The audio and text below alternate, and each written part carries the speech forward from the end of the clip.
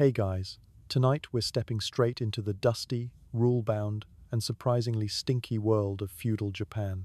Imagine the sound of distant wooden sandals slapping against gravel roads, the smell of wood smoke, rice porridge, and human sweat hanging in the heavy morning air. You're standing barefoot on a muddy dock somewhere on the coast of 17th century Japan, maybe Osaka, maybe Edo, no idea, because GPS hasn't been invented yet. You're dressed in fabrics that scream outsider. You've just nodded at the wrong person, and someone's already eyeing you like you owe them taxes. Welcome to your first few seconds in feudal Japan, where literally everything you do, how you walk, talk, sit, and even breathe, is governed by layers of invisible rules no one bothers to explain to you. You probably won't survive this. So, before you get comfortable, take a moment to like the video and subscribe, but only if you genuinely enjoy what I do here. Let me know where you're tuning in from and what time it is. They're always love to see the global insomniac club checking in. Now, dim the lights, maybe turn on a fan for that soft background hum, and let's ease into tonight's journey together. The wooden boat you arrived on creaks as you step off. You don't bow, because why would you? And within 5 steps, you've already committed a major social offense. In feudal Japan, especially during the Edo period, hierarchy isn't just cultural, it's life or death. You've failed to bow to the headman's assistant's assistant, which is basically slapping the emperor himself in the face. Except, it's worse, because no one tells you who's important until they're mad. You try to greet someone with a handshake, and the man physically recoils like you tried to bite him. Personal touch is reserved, formalized. Definitely not for strange travelers wearing socks. People don't wear socks here. They wear tabi, which are split toe, and surprisingly chic, if you don't mind the splinters. Your presence causes whispers. You stand too tall, you look too clean, or too dirty. It depends on where you landed. Your clothes aren't dyed properly, your sandals are wrong, and you just pointed at something with your finger. That's a no-no.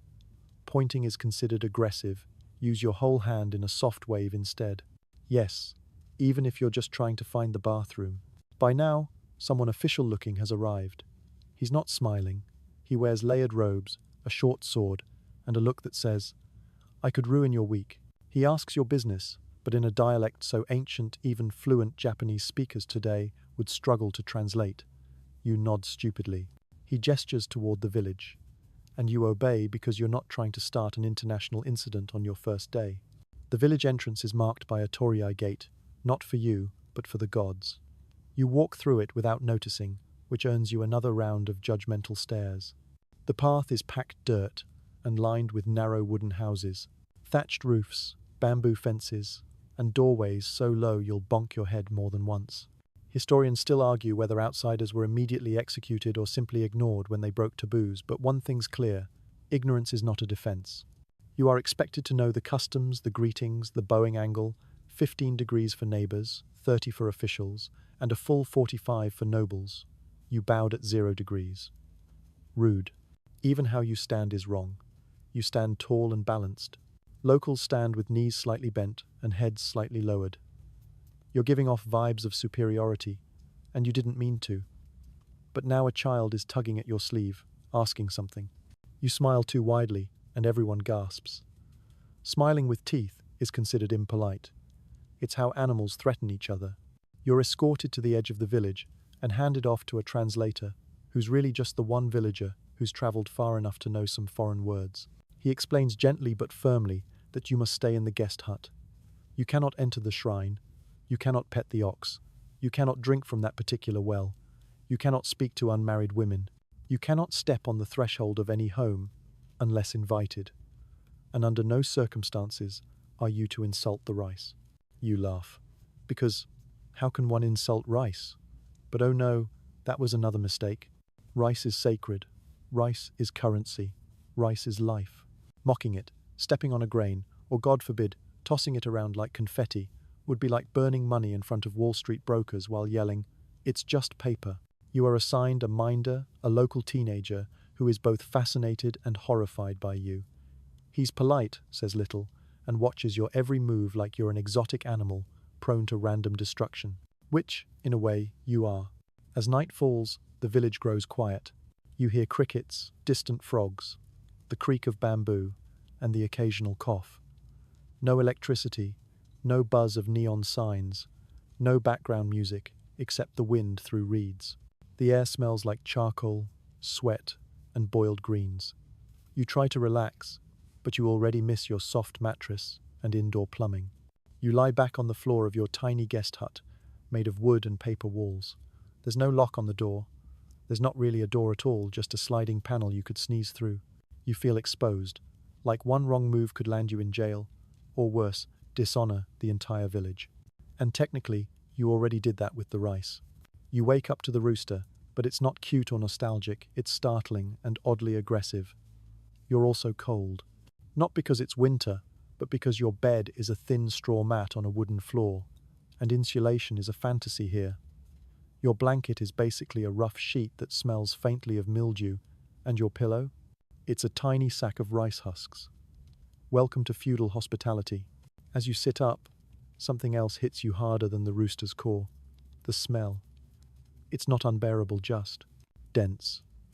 A layered funk of unwashed bodies, cooking smoke, dirt, fish, and something sour you can't quite place.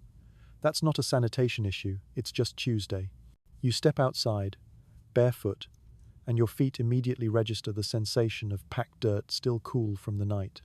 Chickens cluck. A pig snorts. Somewhere close by, a man is relieving himself into a clay pot because modern plumbing hasn't even been dreamed up yet. People are already moving around. You notice that no one's loitering or stretching or sipping matcha in peace. Everyone is working. Welcome to peasant life. If you thought you could stroll casually into this era and just observe like a time-traveling tourist, think again. You're expected to help, contribute, move, sweat. In this village, being idle isn't just frowned upon, it's suspect, a sign of laziness or ill health. One old woman glares at you as if your presence alone is lowering the productivity of the entire rice yield. Your minder, the teenager from yesterday, hands you a bundle of what looks like grass. It's actually brushwood for starting a fire.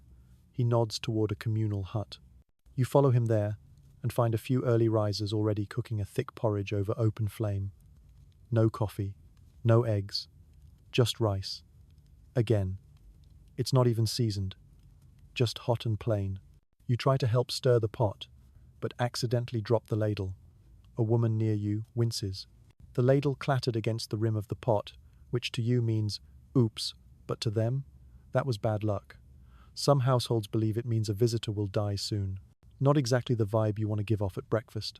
You finally sit down with a bowl, holding it two-handed, as your minder subtly demonstrates. Chopsticks are laid beside it. They're made of bamboo, uneven, and not your friend. You try to use them, but the rice is sticky and clumpy, not the fluffy stuff from your takeout box, and somehow it both falls apart and clumps together like glue. You make a mess. The villagers try not to stare. One man nearby has no teeth. Another woman has her face painted white with ashes she's in mourning. There's a child with visible scabs on his legs, a reminder that even the simplest skin condition here could turn serious without antibiotics. And everyone smells earthy. Not foul, just deeply organic. Sweat, firewood, animal, rice.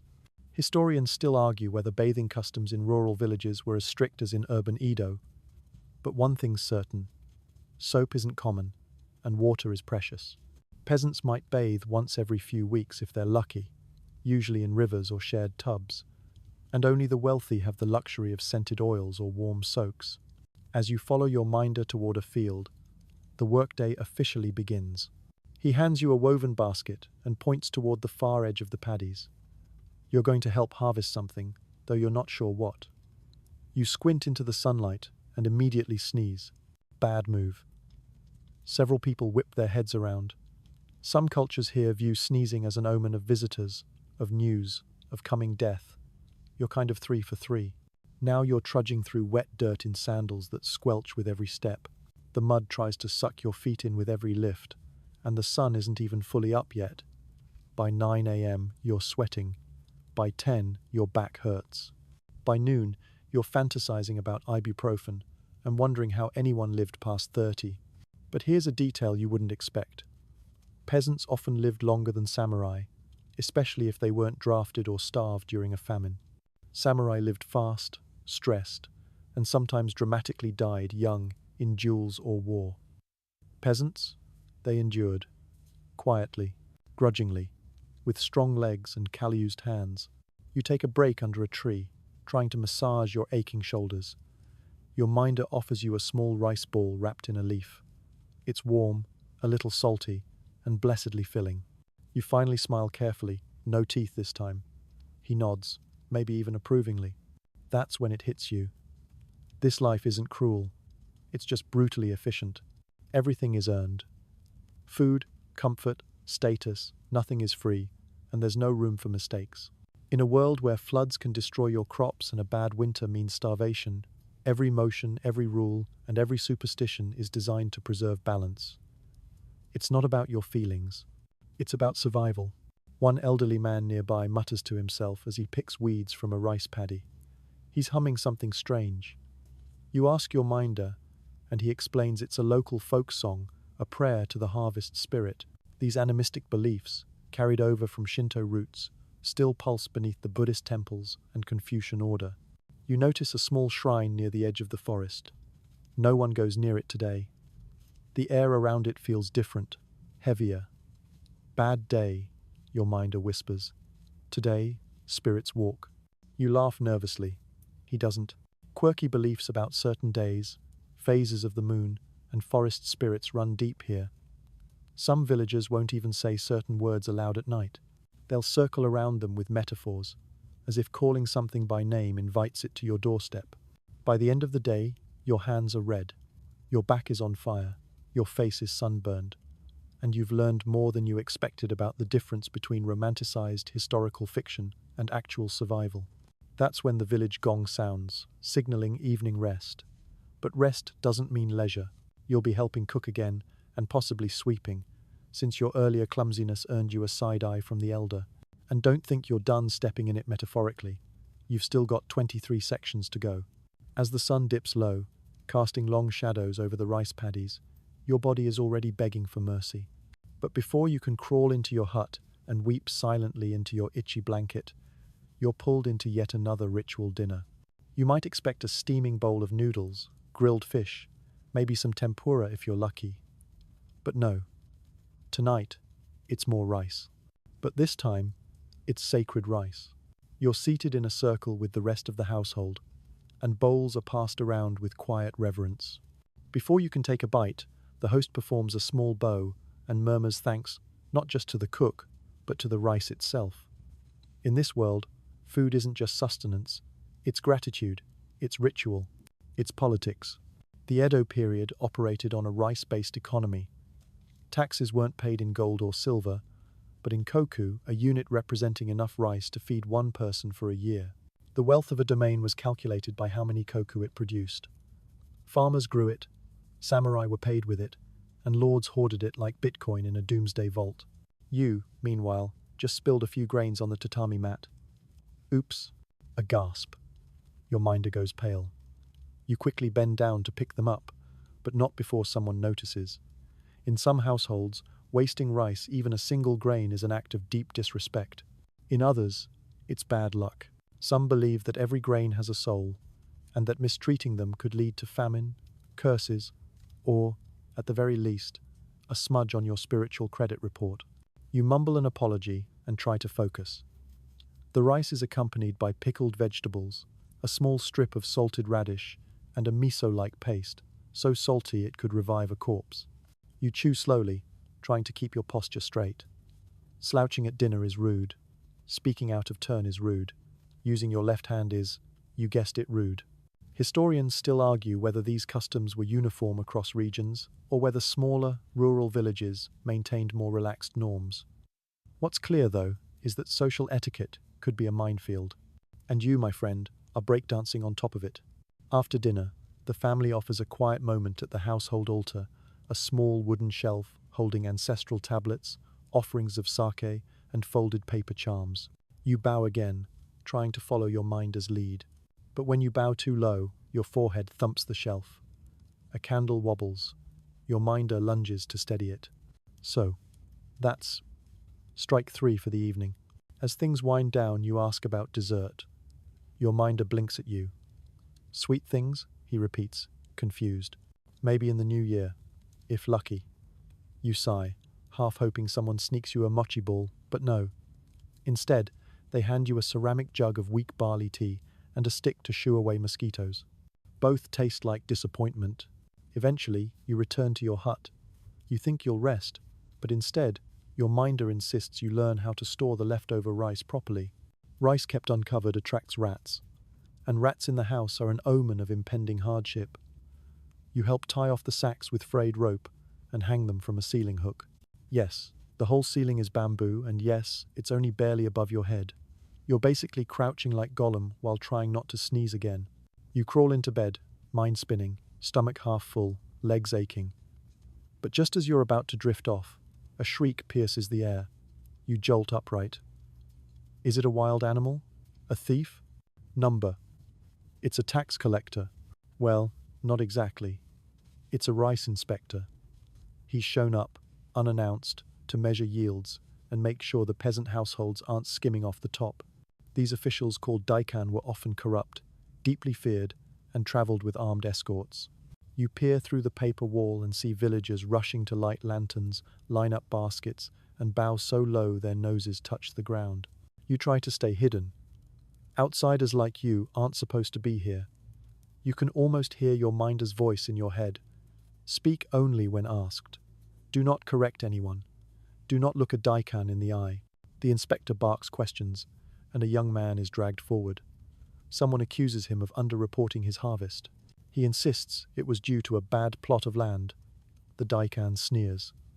Then, in full view of everyone, he orders the man to kneel and whacks him across the back with a wooden rod, hard. Your heart pounds. You want to protest, but every instinct screams don't. This isn't your world, your law, your story. You are a guest here, barely tolerated and completely unprepared. Eventually, the inspector leaves, satisfied with the bribes and bowed heads. The village exhales. One elderly woman spits in the dirt where he stood. You notice how fast the fear turns to anger, and how quickly that anger gets buried under obedience. That's feudal survival in a nutshell. You ask your minder why no one fought back. He shrugs.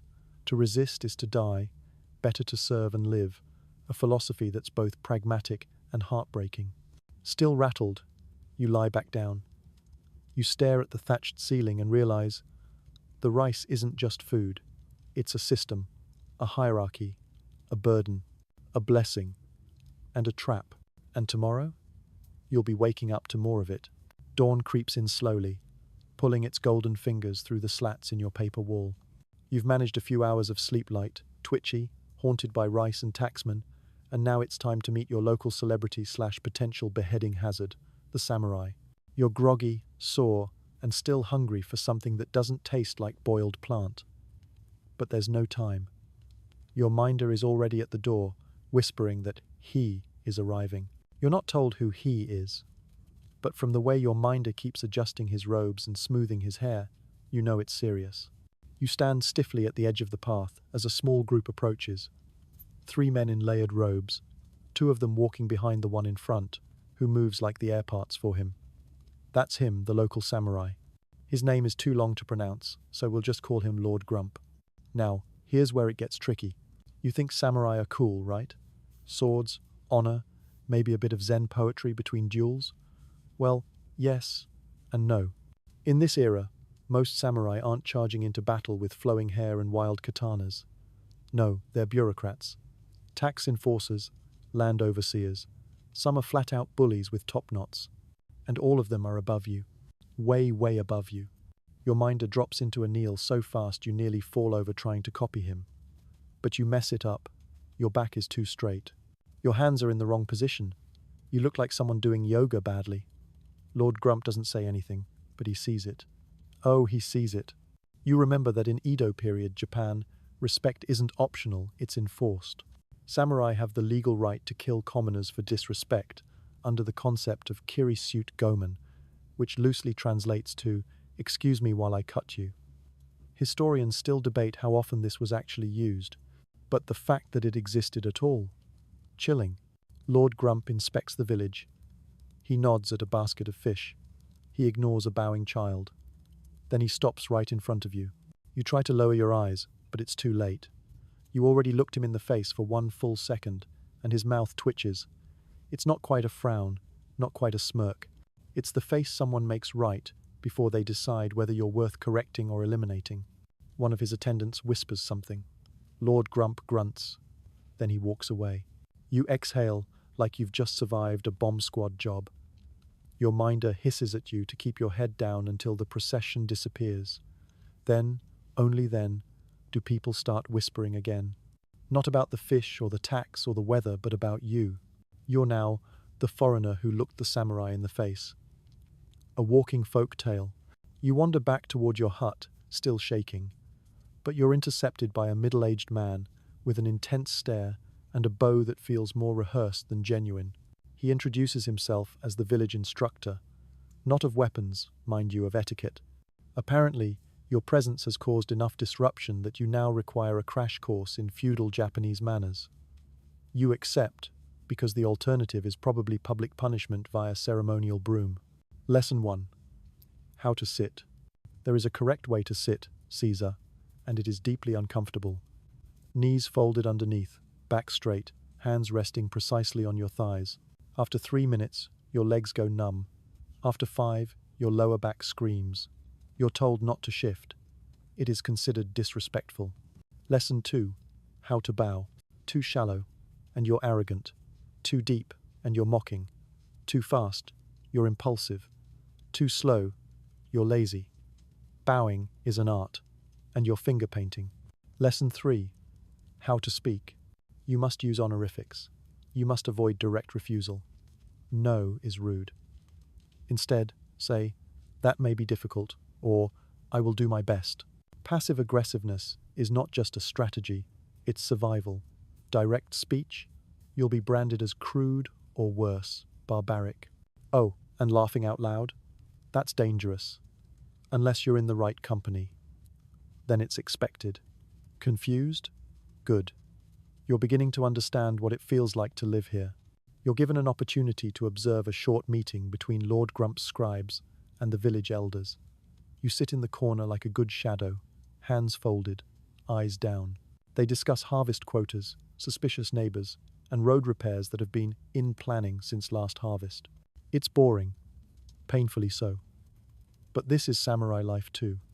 Hours of record-keeping, debate, and administrative bickering, punctuated by moments of terrifying violence. You start to understand why some samurai went rogue, becoming ronin masterless wanderers with bad tempers and worse hygiene. You won't meet one just yet, but whispers of them filter through the village. Swords for hire, disgraced former warriors who now guard trade roads or get drunk near shrines. Some are poets, some are robbers, most are both. You end the day in your hut, rubbing your sore knees and wondering how anyone kept this up for a lifetime. The samurai weren't just warriors, they were pressure cookers of pride, duty, frustration, and hair rituals. You haven't even talked about the top knot yet. Ah yes, the top knot, or chonmij. This shaved in the middle hairstyle was originally functional. It kept helmets stable during battle. Over time it became a class marker. Only samurai were allowed to wear it. Mess yours up? Dishonor. Cut it off? Absolute humiliation. And the irony? The vast majority of samurai during the Edo period never went to war. They maintained this elaborate image of the warrior class, while spending their lives pushing paper and lecturing villagers on bowing angles. So, yeah, maybe don't envy them too much. You lie down again on your straw mat, now fully aware of the layers of status, fear, and fragile ego that shape this world. You're exhausted, and tomorrow doesn't look easier. Because next, you'll be told when and if you're allowed to bathe. The morning light creeps in again, and this time, your first thought isn't rice or taxes. It's, do I smell like a shoe? Because after a few days in feudal Japan without a proper bath, you absolutely do. Your minder greets you with a polite nod and an extra arm length of distance. It's subtle, but the message is clear. It's bath day. You breathe a sigh of relief and start envisioning something spa-like. Maybe a hot soak in a quiet wooden tub, herbal steam, gentle music. Nope, this is not a luxury. It's a tightly controlled, heavily scheduled social act if you're even allowed. See, during the Edo period, public bathhouses existed and were surprisingly common in towns and cities. They were called sento, and they weren't just about hygiene, they were a cornerstone of community life. But you're not in Edo. You're in a rural village, and here, bathing is a rare, rationed affair. Water is drawn from wells or rivers, heated slowly over fire, and reused in a specific order, most clean to most dirty. Guess which one you are? You're escorted to a shed behind the communal hall. It's rustic, with smoke still drifting from a low, wood-fueled heater. A large wooden tub sits inside, filled to the brim with cloudy, warm water. Around the edges are tiny stools and buckets for rinsing. You're motioned to sit. Clothes off. All of them. You hesitate. Your minder rolls his eyes in the most respectful way possible and gestures again. Welcome to full-body vulnerability in front of strangers. Men and women bathe separately, or so you're told. But in some rural communities, especially in earlier centuries, mixed-gender bathing wasn't uncommon. Historians still debate how strict the separation was. In cities, authorities eventually enforced division, but in tight-knit farming villages, modesty bent under practicality. Everyone's seen everything anyway. You climb in after rinsing with cold water from a ladle. This is non-negotiable. Entering the bath dirty is considered disgusting and possibly bad karma. The water is warmer than expected, and for a brief, glorious moment, you relax. Muscles unclench. Sweat and rice grime melt away. Even your soul loosens a bit. And then you hear singing. It's high-pitched and cheerful, coming from the next room. Your minder explains that it's a village custom work songs that double as modesty buffers.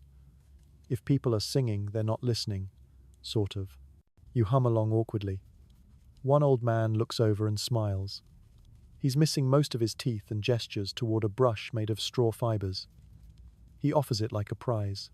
You take it, unsure whether to scrub or defend yourself with it. Personal hygiene here is a balance between resourcefulness and ritual. No toothbrushes. Instead, people chew sticks, rub salt on their teeth, or rinse with green tea. Deodorant? Try powdered rice bran or charcoal dust. There's a reason people rely on incense and herbal sachets for freshness. You do your best. You scrub with the brush, rinse again, and step out onto a flat rock slab. A young boy hands you a towel made from a single thin cloth, more like a glorified napkin, honestly. Drying off takes longer than bathing.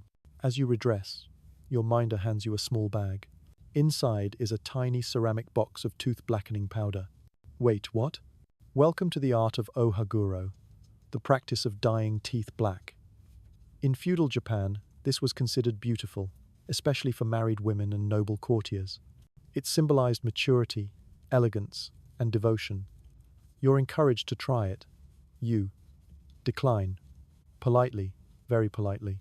Still, you're told, you're expected to shave your eyebrows and redraw them higher on your forehead, as was the fashion in certain periods. You ask, why? And get the very honest answer, because beauty. Scholars still debate whether ohaguro had practical roots, perhaps to prevent tooth decay, or if it was purely aesthetic. Either way, the effect is jarring. People with blackened teeth smile like ghosts in old paintings. Back outside, the air is fresh, and the villagers seem happier around you now. Cleaner. Less offensive. Your minder even gives you a piece of roasted barley as a reward. But don't get too comfortable. You're now invited to visit the home of a mid-level official, one of the village's headmen. This is an honor, and also a test. Etiquette matters, so do your feet. The home is built in the classic Japanese style. Tatami mats, sliding paper doors, and a low wooden genkan the entry step. Here's the rule. Do not step on the threshold. It's sacred. It separates the impurity of the outside from the inner purity of the home. Stepping on it isn't just rude, it's symbolic contamination. You remove your sandals and step over the threshold as instructed. Inside, the air is cool and perfumed with sandalwood. The host gestures for you to sit, not on the cushion next to the cushion. It turns out that cushion is for someone of higher rank. You are about to commit an unspeakable seating offense. Tea is served. You're handed a tiny cup with 2 hands and instructed to rotate it before drinking. 1 turn. Sip. 1 more turn. Return. You do it, albeit awkwardly. Your minder watches like an anxious stage mum. Conversation flows slow, courteous, indirect. The host asks where you're from. You say far. He asks how you like Japan. You say very much. You're catching on. Suddenly, a question catches you off guard. Do you believe in fox spirits? You blink. The host leans in. Many people do, he says, especially those who don't belong. You swallow. Not because you believe, but because the tone isn't playful. It's curious. It's also slightly warning. You nod and offer the safest response you can muster.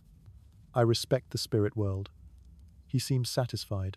Back in your hut, drying off fully for the first time in days, you realize something strange. You're starting to adapt. You still don't understand the rules, but now you know that there are rules. And sometimes, that's half the battle. You stretch out on your mat, feeling clean and wary and strangely proud. For today, you didn't spill the tea. You didn't insult the rice. You didn't die of embarrassment. Tomorrow, you'll need to learn how to bow without getting smacked in the face by a Nobles fan. You've bathed. You've survived dinner without offending any deities or grains. You've made eye contact with a samurai and lived to tell the tale. Congratulations, you're officially not dead yet in feudal Japan. But today, your challenge isn't swords or rice or even ghosts. Today, it's posture. You stretch your legs, step outside your hut, and find your minder waiting. He looks at you like someone who's about to explain to a toddler how not to knock over a priceless vase. Today, he says, you will learn how to move. You pose. Move? He nods. Stand, sit, walk, breathe, correctly. Ah, yes. Feudal Japan, the only place where breathing could cause a social incident. He leads you into a clearing where a small group is gathered around a low platform. On it, a local instructor in elegant robes demonstrates what appears to be standing still, but with purpose. His knees are slightly bent. His head is tilted just so. His hands are at his sides, not hanging, but placed. Watch, your minder whispers. He is a former page. He served a daimyo. That's high status. Not quite samurai, but close. This man probably spent decades walking exactly 4 steps behind powerful people and bowing for a living. Now, he teaches peasants and confused time travelers like you the precise mechanics of body language. First lesson: how to walk. In modern times, you walk like you mean it stride, shoulders back, eyes forward. But here, that'll get you labeled as aggressive, arrogant, or dangerously foreign. Instead, you're taught the feudal glide, a shuffle step that minimizes noise and shows humility. You practice. It feels like you're dragging invisible slippers through wet sand. You try again, and again. Your minder sighs. You're told your aura is wrong. That's not sarcasm, they mean it. Aura, or ki, is a concept you'll hear a lot. People here believe your internal energy radiates, and your posture shapes it. Right now, yours says panicked goose. Then, you learn how to stand.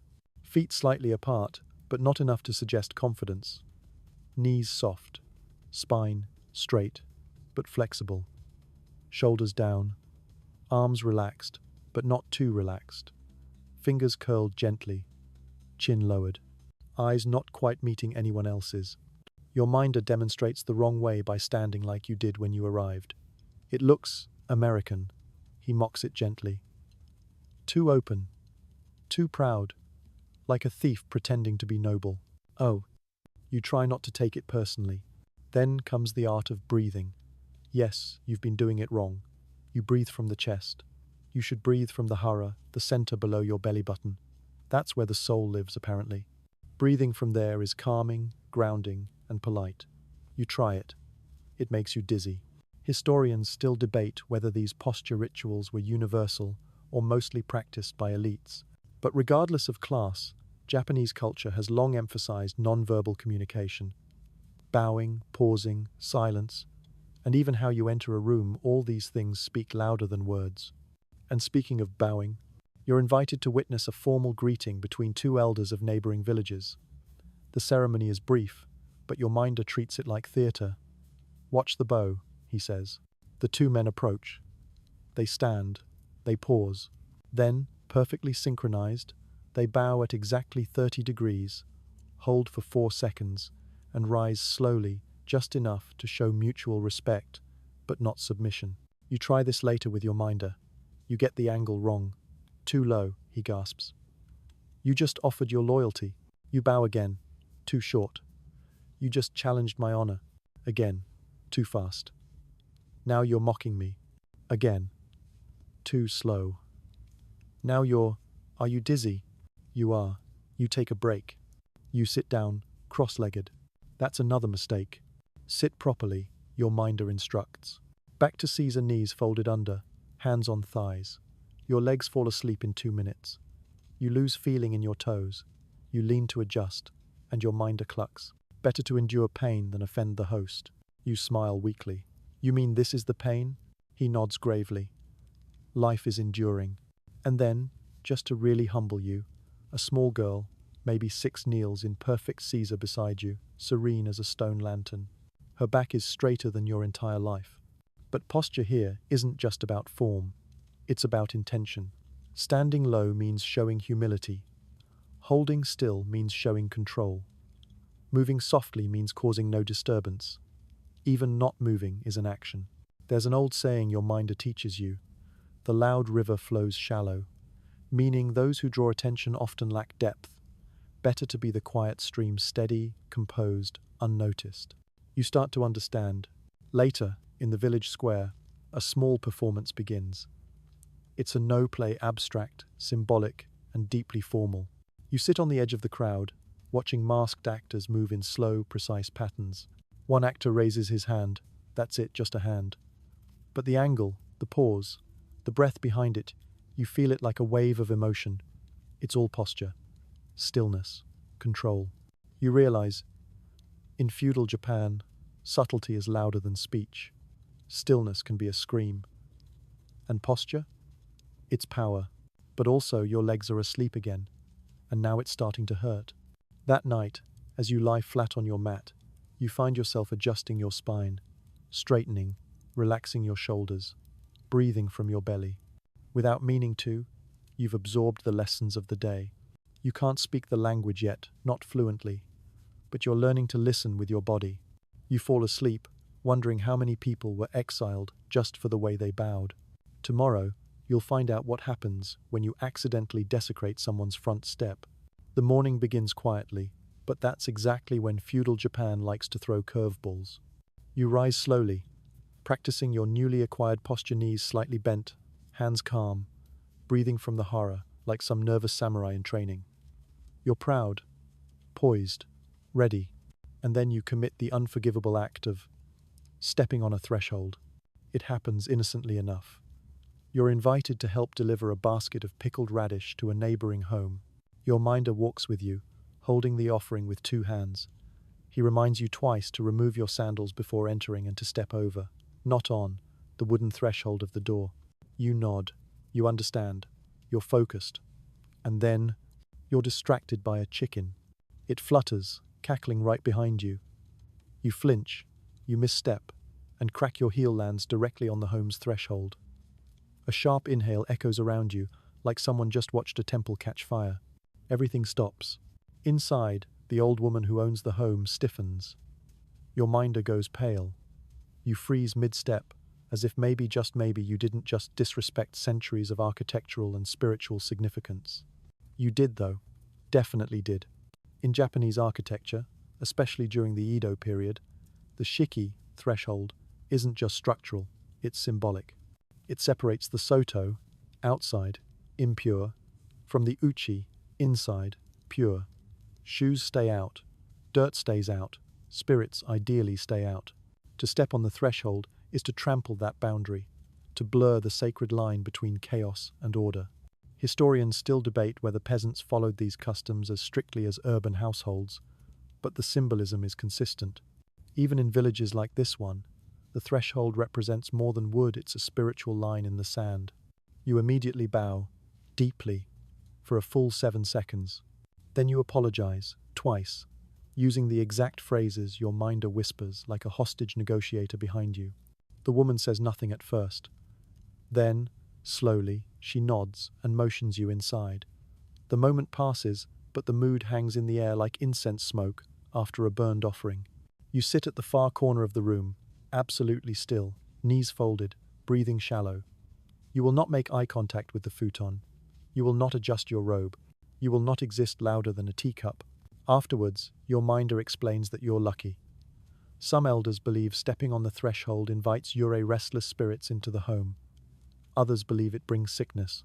Some believe it shortens the life of the homeowner.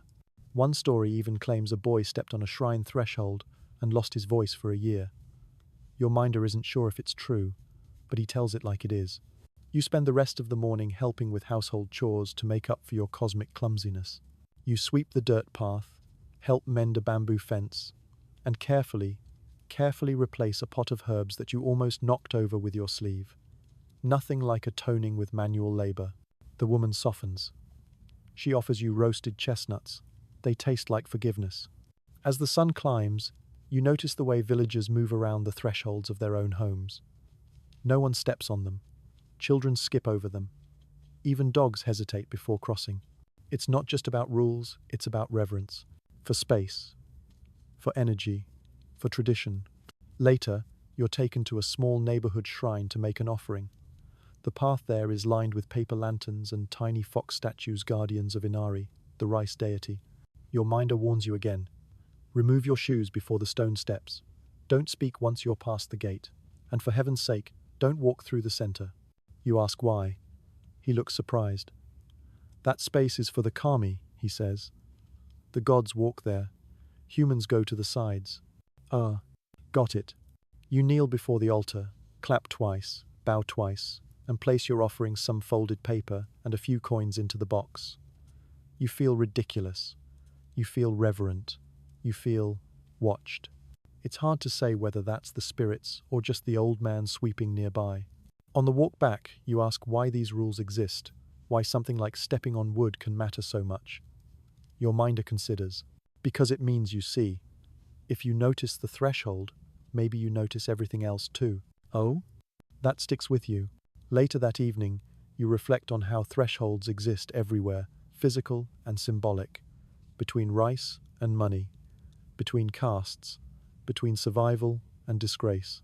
You've been crossing them all week without knowing, but not anymore. As you enter your hut for the night, you pause. You remove your sandals. You step over the frame without touching it. You hear a quiet "good" from behind you. Your minder smiles.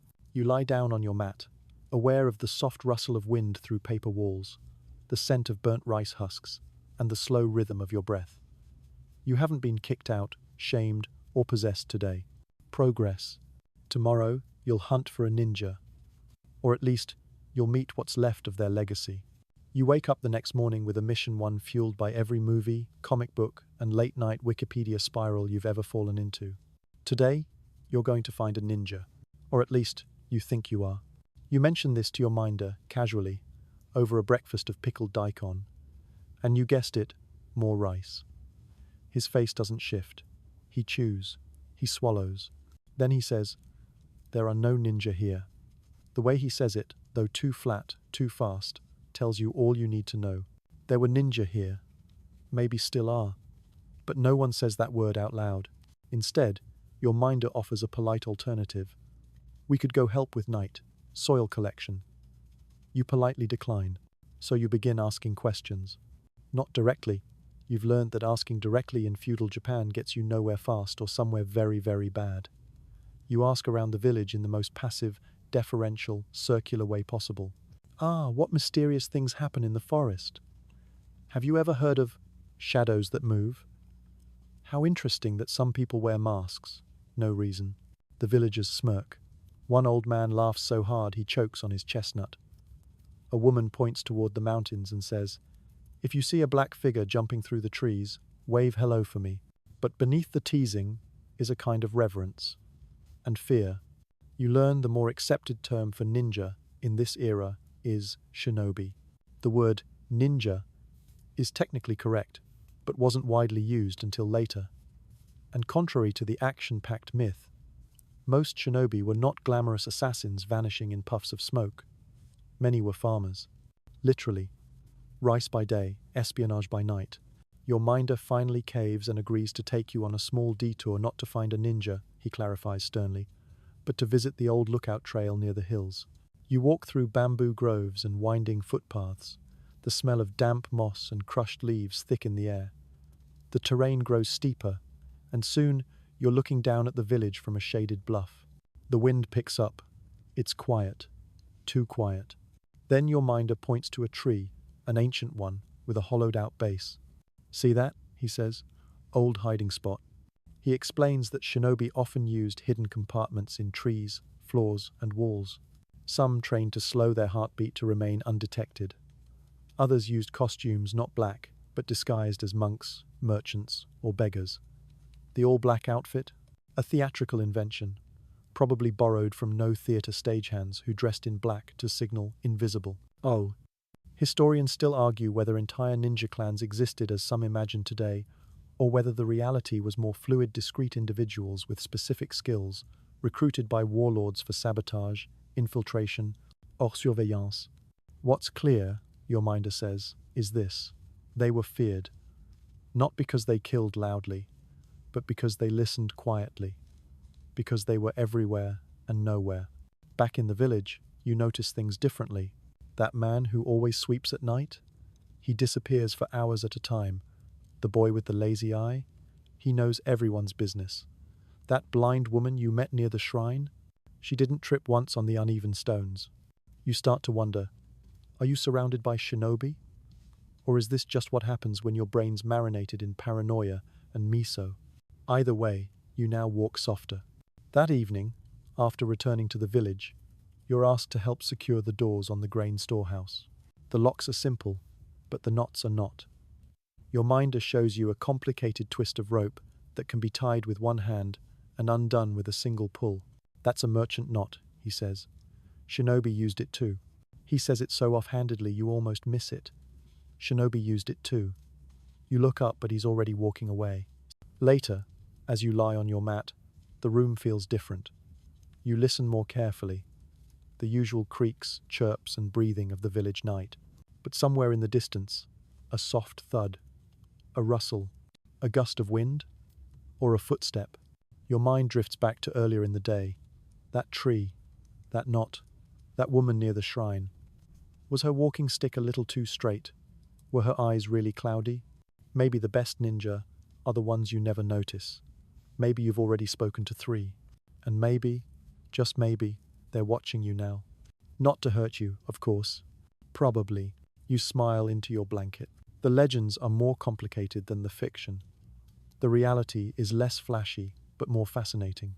In feudal Japan, shadows have names, and even the quietest ones leave traces. Tomorrow, you'll follow one of those shadows, a ronin with no master, no paycheck, and probably a drinking problem. You wake to the sound of coughing deep, hoarse, maybe a little philosophical. Your minder informs you that today, you'll be shadowing a ronin. "Ronin?" you ask, half awake. "Like the wandering samurai with tragic pasts?" Your minder nods. "Yes, except less noble, more grumpy, and very smelly. Feudal Japan's ronin, literally wave men, or men adrift, were masterless samurai. Sometimes their lords died.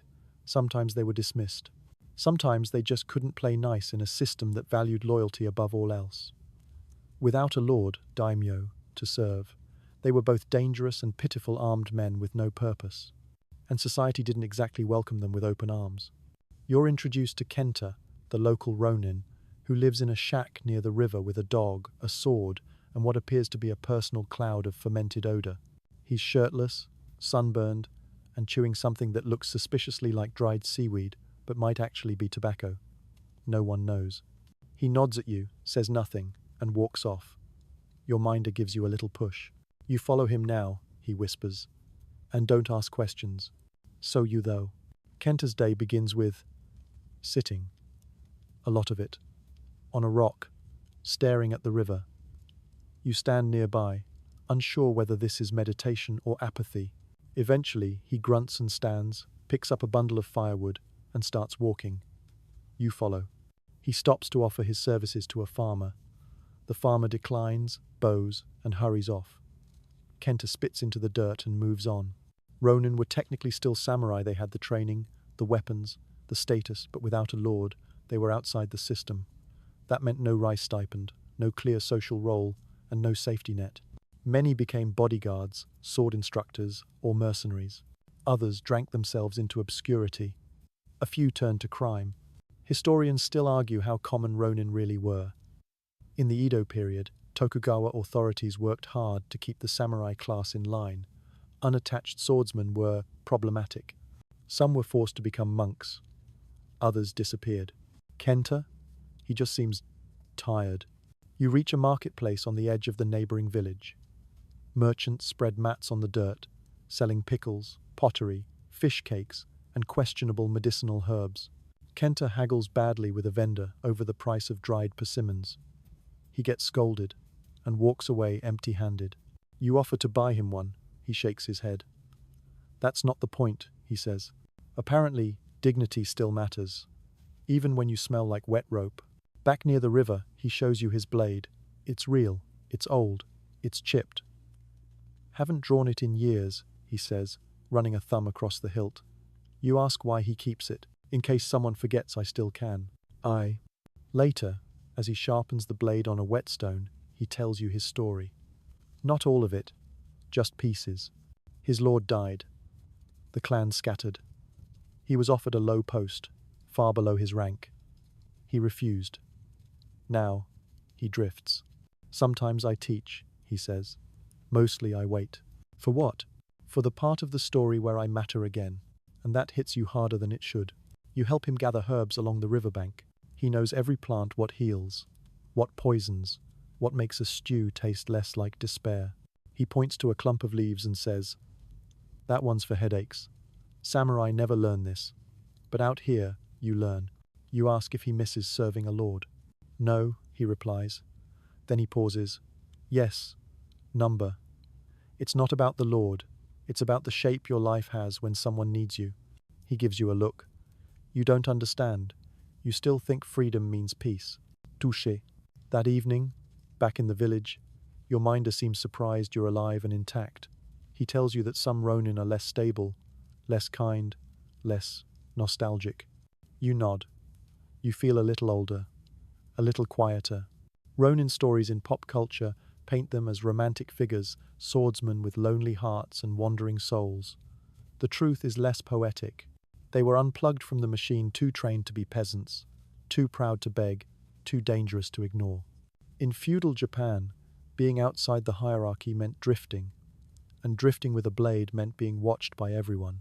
You lie on your mat that night, thinking of Kenta, of his tired eyes, of his sharp blade, of the hollow between pride and hunger. You're starting to see that survival here isn't just about rice and rules. It's about where you fit, and what happens when you don't. Tomorrow, you'll learn what you can't eat, and what happens when you try. The next morning arrives, not with birdsong or a soft breeze, but with the sound of your stomach growling like a bear. You've eaten rice in every imaginable form. Steamed, congealed, scorched, souped. You crave something new. Bacon, maybe. Eggs. A bite of meat. Anything that doesn't come from a paddy. Your minder, of course, chooses this day to deliver the news. You can't eat meat. You blink. Can't? He nods. Not allowed. Against the law. Against Buddha. I woes. And just like that, your dreams of grilled skewers vanish in a puff of smoke, unlike the non-existent ninja you still think about at night.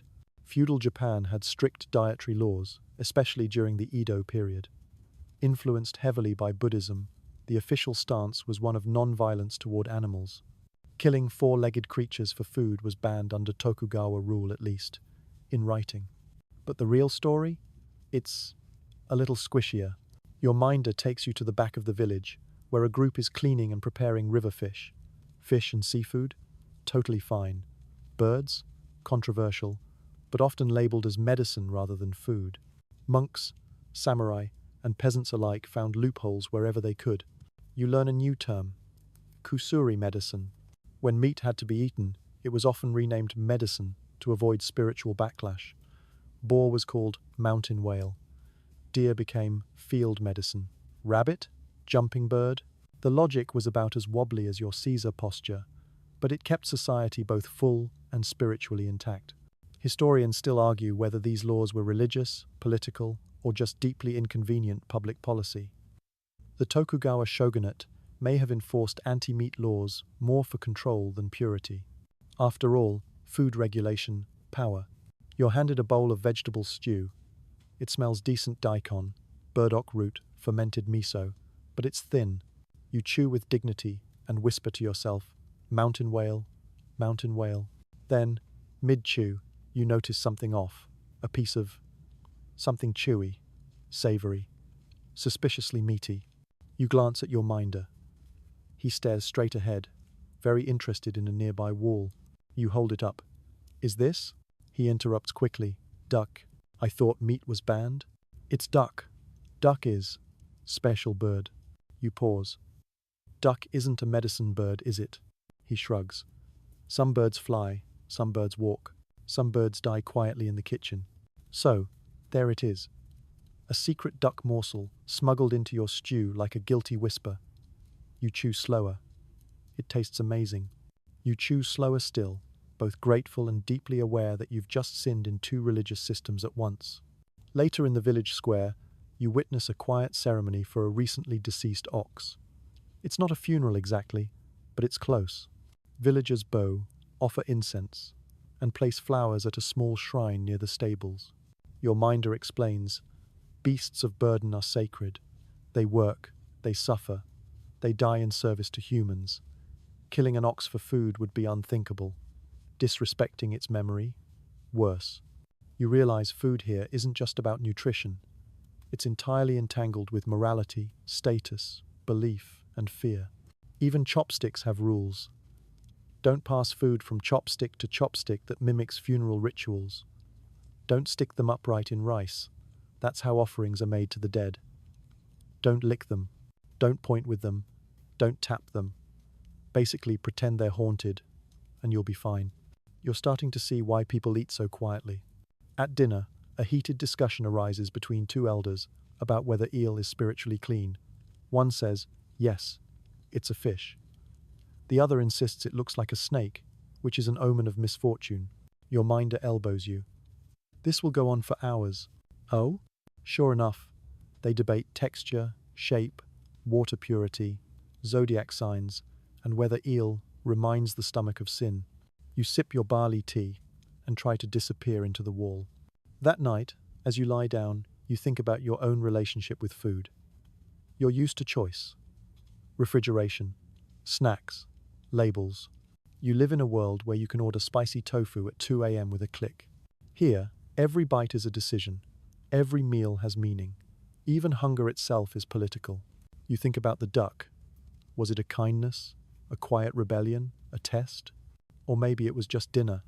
You roll onto your side and dream of a cheeseburger which, in feudal Japan, might just get you excommunicated. Tomorrow you'll explore what hygiene means in a world without toothpaste or privacy. You wake up scratching. It starts with your ankle, then your shoulder. Then, in a moment of existential dread, your scalp. Welcome to hygiene in feudal Japan, where soap is rare, hot water is precious, and privacy is a luxury reserved for nobility or the afterlife.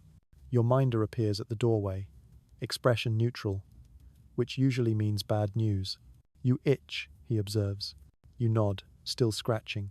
Probably fleas. You nod again, scratching harder. Do not scratch. It makes them angry. Oh, you freeze, mid-scratch. Angry fleas? Is that even a thing? No one gives you a comb. Instead, your minder hands you a wooden slat, thin and curved. It looks like something you'd use to scrape ice off a roof. Turns out, you're supposed to run it over your scalp and clothing to collect pests. You do it. It works. It's deeply unsettling. Personal hygiene, you learn, isn't neglected here, it's just different. In feudal Japan, people clean themselves with ritual, rhythm, and rice bran, not bubble baths and scented soaps. Daily bathing, as we understand it, isn't common unless you're in a city with access to a Sento bathhouse. Out here in the village, it's more like a strategic rinse and an endless war on parasites. You follow your minder to the riverbank, where women are already knee-deep in the water, pounding clothes with wooden paddles. Laundry day. You offer to help and are handed a bundle of linen that might once have been white. You beat it against the rocks, copying what you see. It feels primitive, but it works.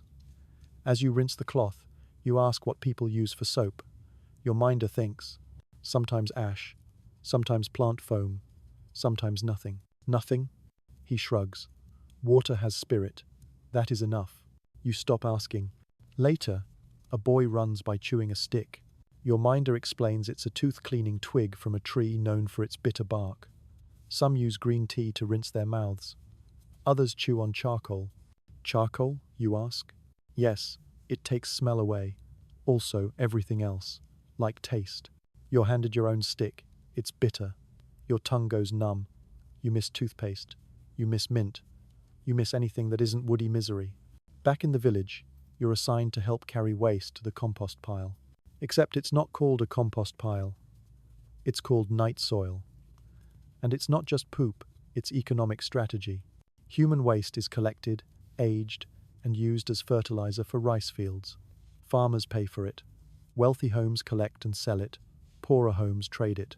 Some families are known for the quality of their waste, which is both impressive and disturbing. Historians still debate how common this practice was outside urban centers, but in Edo and beyond, night soil was gold-smelly, necessary, highly valued gold. Your minder makes you carry 2 wooden buckets. They're heavy. They slosh. You walk slowly. Don't spill, he warns. It brings bad luck. No kidding. As you return the buckets, a man sneezes near the communal cooking fire. No one says bless you. Instead, 2 women immediately knock on wood and mutter something about kami. You learn that sneezing is viewed differently here. It could be a sign of someone talking about you, or a signal from spirits. You also learn that blowing your nose in public is gross, but sniffing endlessly is perfectly fine. Chewing with your mouth closed is expected, but slurping noodles loudly is polite. Modern etiquette rules? Toss those out with your flea comb. You head to the well for water. There's a queue, and a woman ahead of you mutters something under her breath as she draws her bucket. Your minder whispers. She said a prayer. To the well? Yes, it has a spirit. You glance at the wooden post and the smooth, weather-worn rope. Suddenly, it doesn't feel like just a well anymore. It's a portal not just for water, but for connection, to earth, to history, to whatever unseen forces decide whether your bucket comes up full or muddy. That night, you're gifted a small pouch of incense ash, crushed sandalwood and herbs. For your sleeves, the woman says, so people can breathe near you. You nod gratefully. You tuck it into your robe. You breathe a little easier. You return to your hut and sit quietly, scraping your wooden comb through your clothes. No electricity, no deodorant, no showers, just layers of effort, tradition, and incense. And yet, the people around you smell like firewood and old herbs, like leather and straw. Not clean by modern standards, but not foul either, just real. You lie back, scratch a little, and think about how cleanliness here isn't sterile. It's ritual, it's offering, it's acknowledgement of your body, of your place, of your connection to everything else that lives, sweats, and stinks. Tomorrow, you'll learn what it means to live in this world as a woman, and why that's a whole new labyrinth of invisible walls. You rise before dawn, stretching your limbs with a satisfying crack until you remember. Today, you'll experience life as a woman in feudal Japan. And suddenly, your bones aren't the only thing feeling brittle. Your minder doesn't say much that morning. He simply hands you a folded kimono plainer than usual, darker in color, and motions toward the village matron's house. You'll stay with her today. The matron greets you with a nod that is neither warm nor cold, just efficient. She's wrapped in layers of fabric, her teeth blackened, eyebrows shaved and redrawn high on her forehead in a ghostly arch. You know now that this was once the standard for married women, ohaguro and hikimayu, the beauty codes of the time. But up close, it's both striking and deeply symbolic. In this world, a woman's visibility shrinks as her responsibilities grow. You are quickly put to work. First, water hauling, then vegetable chopping, then rice washing. Not cooking, just washing. That task is left to a daughter-in-law who is judged for how many times she rinses the rice before it's pure enough. You're told the standard is 7. You make it to 5 before your knuckles feel like rice paddles. As you work, you listen. The women don't speak loudly. They don't gossip. They move like a single organism, communicating with glances, nods, the occasional clipped word. You get the sense that efficiency equals worth here. A slow woman is a burden, a clumsy one, a curse. You ask quietly how a woman spends her day. The matron answers with a half smile, working, cleaning, birthing, bowing, then dying. Right, okay then. Feudal Japanese society was rooted in Confucian ideals, and under Tokugawa rule, the honor daigaku, greater learning for women, emerged as a guide to correct female behavior, obedience, modesty, silence. A woman was expected to obey her father, then her husband, then her son. 3 men, 1 lifetime. You help fold laundry stiff robes that must be aligned precisely. If the fold is off by even a finger width, it's corrected. No scolding. Just a quiet adjustment, like brushing dust from a shrine. Later, you accompany the matron to the family shrine. She lights incense for her late husband, then her mother-in-law, then her daughter who died last winter. She says nothing, but the silence feels heavy with routine grief. You want to say something, but you've learned by now grief isn't spoken here. It's folded, washed, offered. On the way back, you pass a group of male villagers. You instinctively look up. That's a mistake. The matron gently tugs your sleeve. Eyes down, she says. In this era, direct eye contact from a woman could be read as flirtation, defiance, or madness, none of which are good for longevity. You try again. Lower gaze, smaller steps. You're learning to shrink your presence like an origami crane. Intricate, purposeful, contained. In the afternoon, you assist with childcare. The matron's granddaughter is swaddled in layers of cloth, wide-eyed, silently judging you. You learn how to soothe her with a rhythm of patting and humming that's passed from mother to daughter, not written in any scroll. You ask what happens when a woman doesn't marry. The matron pauses. She becomes useful in other ways. Oh, you sense layers beneath that answer. Unmarried women often became servants, nuns, or midwives.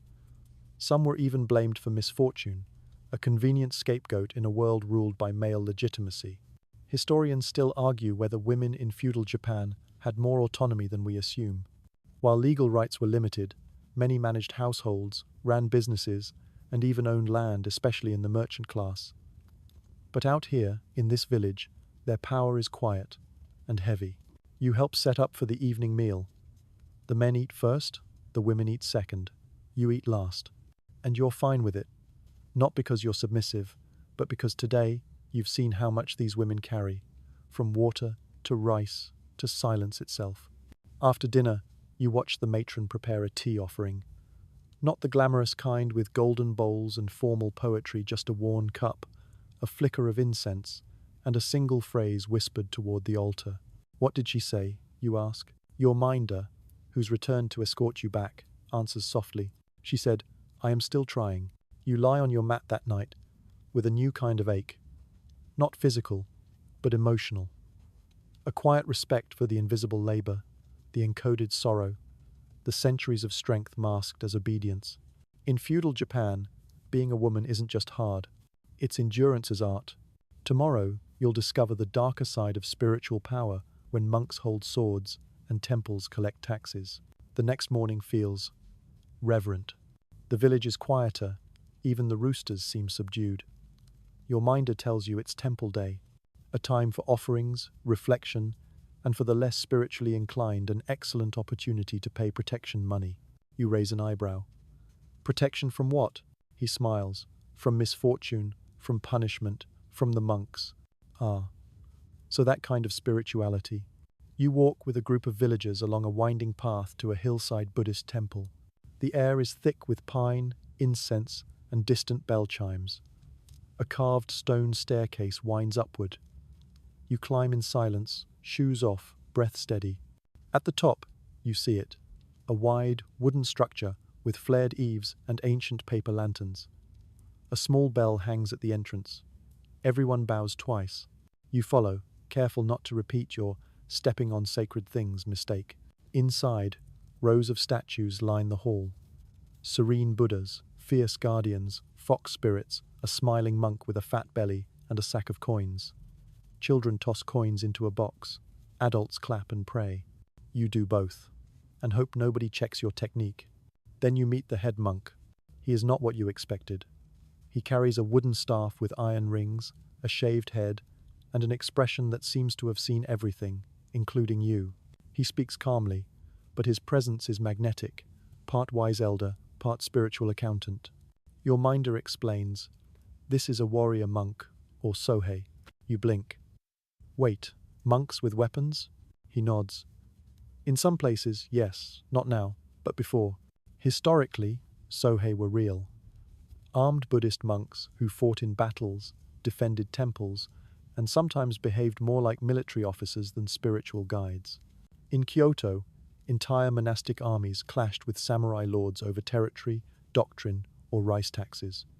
At their peak, they held enormous political and economic power. Even now, centuries later, the remnants of that authority remain. You notice how villagers speak to the monk. Polite, respectful, careful. One man discreetly slips him a wrapped gift, probably coins, maybe rice. It's not a bribe, exactly. It's a gesture of goodwill, of alliance, of "please don't let my roof collapse this winter." You help sweep the courtyard and are told to avoid the shrine of Jizo, the protector of children and travelers. "It's not for you," the monk says gently. You don't ask why. Instead, you're assigned to help carry ledgers, yes, ledgers up to a side room. Inside, scrolls and record books are stacked in careful order. Your minder explains. The temple keeps track of everything. Births, deaths, debts. Debts? Yes. Many people owe rice. It hits you then. The temple is not just a sanctuary. It's a bank, a registry, a court, a school. It owns land. It rents fields. It taxes tenants. You realize the monks probably know more about the village than the lord's samurai do. Historians debate just how much power temples truly had in the Edo period. Some say they were fading into purely spiritual roles. Others argue they remained deeply entangled in politics. What's clear is that villagers treated them with a complex mix of awe, gratitude, and fear. You attend a brief ceremony. The head monk chants softly. Bells ring. Incense wafts. For a moment, the world feels weightless, like every spirit in the forest has leaned in to listen. But as you leave, a man is stopped. Quietly, firmly. He's reminded of a missed offering. He bows 3 times, deeply, apologetically. The monk accepts, but doesn't smile. You walk back to the village, mind buzzing. Your minder says nothing for a long time. Finally, he offers, "Some monks are kind, some are clever, some are dangerous. Like anyone." That night, your dreams are filled with chanting, lanterns floating on rivers, a monk handing you a bowl but inside is a sword. You wake wondering where the line is between faith and fear, between prayer and power, between enlightenment and accounting. Feudal Japan doesn't separate things the way you're used to. The spiritual, the political, the economic, it all blurs together like ink in water. Tomorrow, you'll visit the edge of that blur, the world of entertainers, where survival means dancing between reverence and ruin. This morning, you're not sent to the fields, or the temple, or the rice storehouse. You're sent to the pleasure quarter. Wait, hold on. It's not what you think. Your minder, cheeks slightly red, explains that today you'll observe the entertainers, the singers, dancers, poets, and performers who occupy a curious position in feudal society. Visible, celebrated, desired, and utterly marginalized. You travel to the outskirts of the village where a traveling troupe has set up for a seasonal festival. Colorful banners ripple in the wind. Music flutes through the air, sharp, shrill, beautiful. A woman in elaborate robes performs a slow, twisting dance that looks half like a prayer, half like a snake hypnotizing prey. You're introduced to the woman behind the dance, Misaki, a shirobyoshi, a female performer trained in song, poetry, and dance. She's elegant, graceful, and, you realize, not as young as you expected, maybe in her 40s, lines around her eyes that tell of thousands of bowing performances and miles walked in tight sandals. She welcomes you with a warm but careful smile. "We are not courtesans," she says without being asked. "But people confuse it all the time." You nod, keeping your eyes down. Misaki explains that entertainers like her live on a knife's edge, admired for their talents, but never truly accepted into polite society. They are both insiders and outsiders, elevated and expendable. In Edo period Japan, the world of entertainment was divided sharply by class and geography. Licensed pleasure districts, like Yoshiwara in Edo, were government-sanctioned zones where artists, courtesans, and geisha lived and worked. Inside these walls, rules were different. A peasant could dine with a noble. A samurai could fall in love with a dancer. But the moment they left, everyone went back to their place. Misaki invites you to observe a rehearsal. The room is filled with musicians tuning shamisen, singers practicing nasal high notes, and children preparing for a short comedic play. You sit in the corner, trying not to breathe too loudly. A young girl, no older than 12, performs a perfectly timed fan dance. When she finishes, the room claps gently, except one older woman who shakes her head and mutters, "She's still too happy." You glance at Misaki, confused. "She must learn control," she says. "Not just how to dance, but how to hide." Later, you help prepare costumes layer upon layer of silk, brocade, and stiff collars. Each one weighs as much as a full water bucket. "Beauty is effort," one woman tells you, tightening her obi with an audible grunt. You ask if entertainers are respected. The room goes quiet. "Respected?" Misaki echoes. "Sometimes, from far away. Sometimes not even then." You nod. She continues, quieter now. "A samurai will pay for a dance, but he will never marry a dancer. A noble will praise our poems, then warn his wife never to speak like us." You help serve tea to visiting patrons, merchants, a few low-ranking samurai, a traveling monk who definitely isn't supposed to be here. Each guest is treated like royalty, even if he smells like fermented pickles and tries to flirt by quoting bad poetry. You notice how the entertainers perform constant calibration, reading every man's mood, every shift in tone, adjusting smiles, laughter, posture. Every interaction is a game of emotional balance, and behind each smile is a wall. Historians still debate how much freedom women in the pleasure districts truly had. Some argue they controlled their art, their income, even their futures. Others suggest they were trapped in velvet cages, used, discarded, forgotten. Misaki pulls you aside before sunset. "Most think we are free," she says. "But even in our world, there is a ranking. The highest geisha, the most gifted singer, they eat better, sleep softer. But the girl who forgets her lines, she tilts her head. She sweeps. As the sky darkens, paper lanterns flicker to life. A performance begins. You watch from the back, transfixed. The dancers move like wind over rice. The music is sharp, mournful. A poem is recited about a bird in a gilded cage who dreams of snow. No one explains it. No one needs to. You leave late, feet sore, head full. That night, lying on your straw mat, you wonder what it means to live as a performance. To survive by turning your pain into beauty. To bow so often, so deeply, that one day you forget how to stand up straight. Feudal Japan doesn't leave much room for outsiders. But entertainers? They create their own rooms. Tomorrow, you'll see what happens when someone breaks the rules, and the punishment is designed to be remembered forever. Morning arrives with no warning. No rooster crows. No temple bell. Just a sharp, sudden gong that echoes through the village like a slap across the soul. You bolt upright, heart racing. Your minder enters. Someone broke the law. You blink. What kind of law? He shrugs. A public one. You don't know what that means yet. But you will. Within an hour, the entire village has gathered in the square. Children are pulled to the front, not shielded from the spectacle but placed in full view. The elders sit in formal silence. Even the dogs are still. Then you see him. The offender. A man in his 40s, trembling but trying to appear composed. His arms are tied loosely in front of him, not in shackles but in shame. 2 guards flank him, both samurai under Lord Grump's command. Their hands rest casually on the hilts of their short swords. The village headman steps forward and begins reading the charges. You can't catch every word, But it's something about theft taking rice from a shared storehouse. Not a lot, apparently, just enough to be noticed. Enough to break the delicate, invisible trust that holds the community together. You wait for sentencing. There's no jail here, no court of appeals, no legal teams. Instead, a third guard steps forward, holding a large wooden board painted in black ink. You squint. It says, "Thief, dishonored his name, brought hunger to others." They place it around the man's neck like a signboard.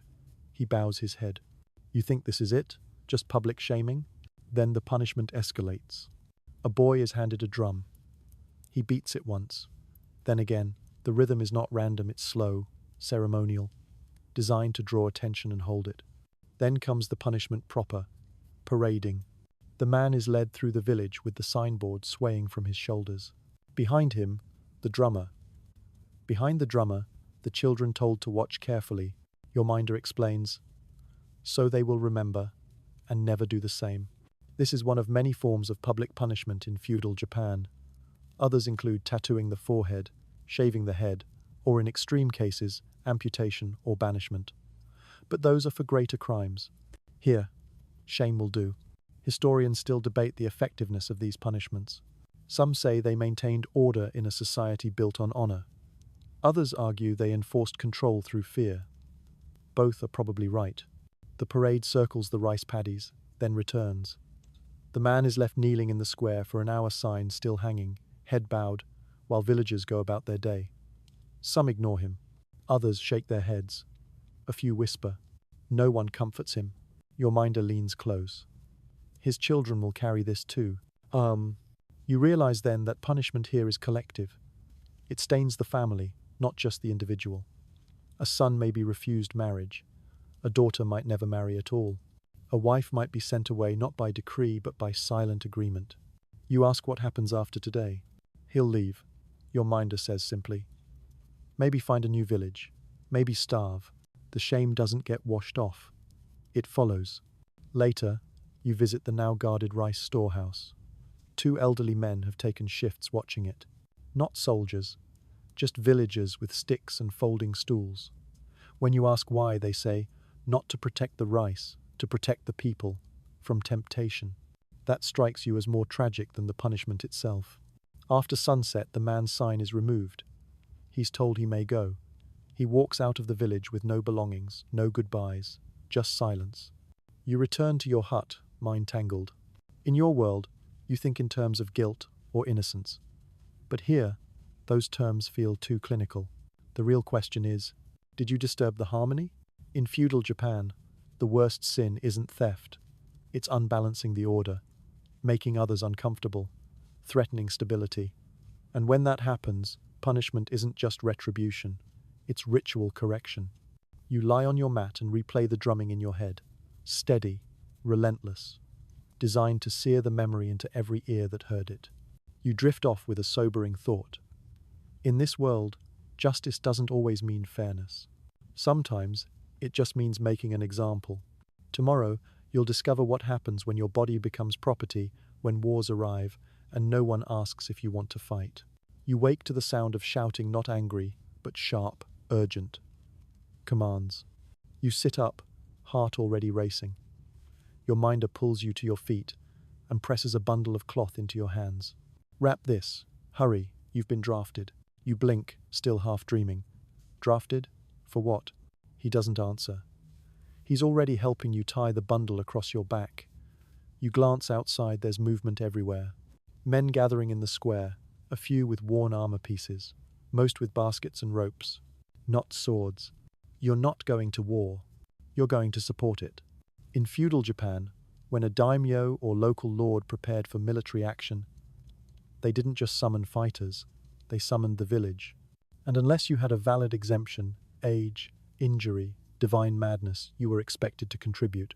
You're handed a wooden pole strung with nets and sacks, not for weapons, but for rice, stones, and water. You're part of a logistical crew, the army behind the army. You're told to move. You do.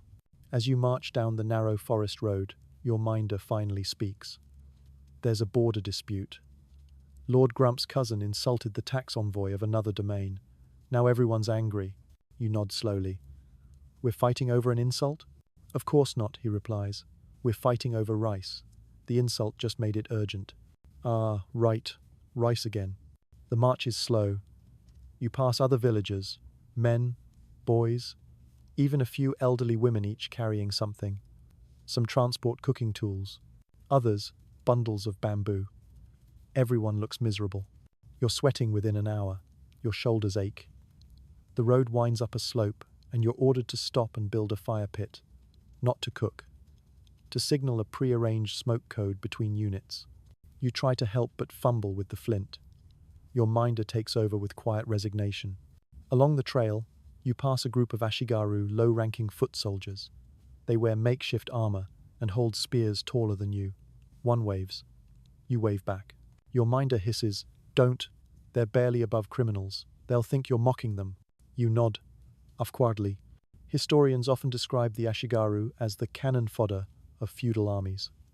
Recruited from peasant stock, they were underpaid, overused, and disposable. Still, for some, it was a step up better a spear than starvation. You arrive at a makeshift camp by a dried riverbed. You're told to dig. No tools, just your hands and a flat wooden scoop. You dig a trench defensive, you're told. Just in case. Then, a fire pit. Then you're assigned to carry rocks from the hilltop to reinforce the camp wall. Each task is punishing. But no one complains. Complaints bring attention. Attention brings punishment. You collapse during a rest break. Your minder hands you barley tea and doesn't say a word. That afternoon, you're summoned to help with cooking duties. You boil rice in enormous iron pots that sit unevenly on fire pits. The water is muddy. The rice is gritty. But no one seems to care. You stir it with a carved wooden paddle longer than your arm. One of the soldiers asks, "Is it true you stepped on a threshold?" You sigh. So that's made the rounds. At night, you're permitted a few hours of rest. No bedding, just dirt. You lie down next to your minder and stare at the stars. He tells you that some wars last months, some only a day. Sometimes they end when someone gets embarrassed. Other times, when someone dies in a way that becomes politically inconvenient, you ask, "What are we fighting for again?" He points at the nearest basket of rice. You nod. Right, of course. You sleep badly. At one point, you're jolted awake by shouting, not from the enemy, from within the camp. A dispute between two soldiers, one accused the other of stealing his salted plums. It nearly turns violent, until a higher-ranking man orders both to dig another trench as punishment. You lie back down and close your eyes. Feudal justice is nothing if not efficient. By morning, you're sore in places you didn't know could hurt. But the mood is shifting. Rumors swirl that the other domain is backing down. The envoy returned with a gift. A banner was lowered. Apologies exchanged. The rice shipment will be shared. So, no battle. Just 14 hours of back-breaking preparation and an unspoken expectation that if war had come, you would have kept moving rocks until someone told you to stop. Your group is dismissed. You walk home through misty fields, exhausted. No one cheers your return. No parades, no songs. Just villagers resuming their work like nothing happened. Because for them, nothing did. That's the reality. Most villagers in feudal Japan didn't fight the wars. They supported them. With food. With hands. With silence. With sweat. War wasn't an event. It was an inconvenience that could get you killed if you complained too loudly. That night, your mat feels like silk, your tea tastes like wine, and your back, well, your back may never forgive you. Tomorrow, you'll find out why everyone watches what they wear, because the wrong color or fabric could land you in prison. You wake up feeling lighter mentally, not physically. Your shoulders still ache from yesterday's fake war. But today's task seems simple enough. Get dressed. That's it. Just put on a robe and maybe some socks, right? Wrong. You've underestimated the politics of clothing in feudal Japan. Again, your minder enters with a folded kimono, plain and grey, and a thin sash. He eyes your current robe with mild disapproval. "That's merchant cotton," he says. "You're a farmer's guest now. It's inappropriate." You frown. "It's just cloth." He says nothing. But that's somehow worse than yelling. You learn that clothing in feudal Japan wasn't about fashion, it was about knowing your place. Every color, fabric, sleeve shape, and hem length told a story. Told the right story, you passed unnoticed. Told the wrong one, you risked a fine or arrest. You slip into the assigned outfit, it's scratchy, thin, feels like a potato sack designed by someone who hates comfort. But it's the right kind of ugly, apparently. As you walk through the village, you see the visual hierarchy unfold. Children in short, rough robes. Peasants in faded browns and muted blues. Craftsmen in darker indigo. Monks in grey or black. And then suddenly a samurai in fine layered silk, walking like the sun shines just for him. You notice how everyone clears a path, how no one meets his eyes, how even his socks look more expensive than your entire week of survival. Your minder explains, "That's Monsuki, a family crest. Only high status may wear it." You ask what happens if a lower class person wears a noble pattern or color. "Punishment," he says, "stripping, beating, sometimes shaving the head." You blink. "For wearing the wrong color?" He shrugs. "You do not pretend to be more than you are. That is deception. That is danger." Feudal Japan had an entire set of laws called sumptuary laws, rules that regulated personal appearance to preserve the strict class system. Commoners were forbidden from wearing silk. Certain colors were reserved for nobility. Only samurai could carry swords publicly. Only the elite could display family crests, like badges of inherited power. Historians still debate whether these laws were universally enforced or varied by region. But the intent was always the same: preserve the visible order. From a distance, you should know who's who, even at a glance, even in the dark. At a local gathering hall, you see this enforced in real time. A traveling merchant arrives, wearing a kimono, with sleeves that are just a bit too long. Elegant, flowy, refined. The village headman narrows his eyes. Quiet murmurs spread. The merchant is pulled aside and questioned, where did he get that robe? Who gave him permission to wear it? It doesn't escalate. He apologizes, claims he inherited it, promises to change. He's allowed to stay, but you notice how no one talks to him after that. He's been visibly demoted, not by law, by shame. Your minder warns you not to even borrow someone's fancier robe. "It will bring you attention," he says, "and attention brings weight." You help wash a batch of clothes near the stream and notice even the dye water matters. Indigo was common but expensive if too deep. Dull colors meant humility. Bright reds and purples, dangerous, flamboyant, suspicious. Even shoes mattered. Straw sandals were for peasants. Split-toe tabi for workers. Wooden getter clogs, clacking over the dirt, were often used by those higher up to announce their presence with every step. The message was always the same: know your place, and show it. Back at your hut, your minder offers you a second robe, a backup, he says. It's pale grey, nearly white, stiff with starch. This, he says, is for a shrine visit, and nothing else. You nod slowly. Because it's sacred? He nods. And because if you wear white casually, people will think you're either dying or a ghost. Duly noted. You lie down that night in your now appropriate robe, mind buzzing. In your world, fashion is expression, identity, play. But here, clothing is compliance, a language, a warning.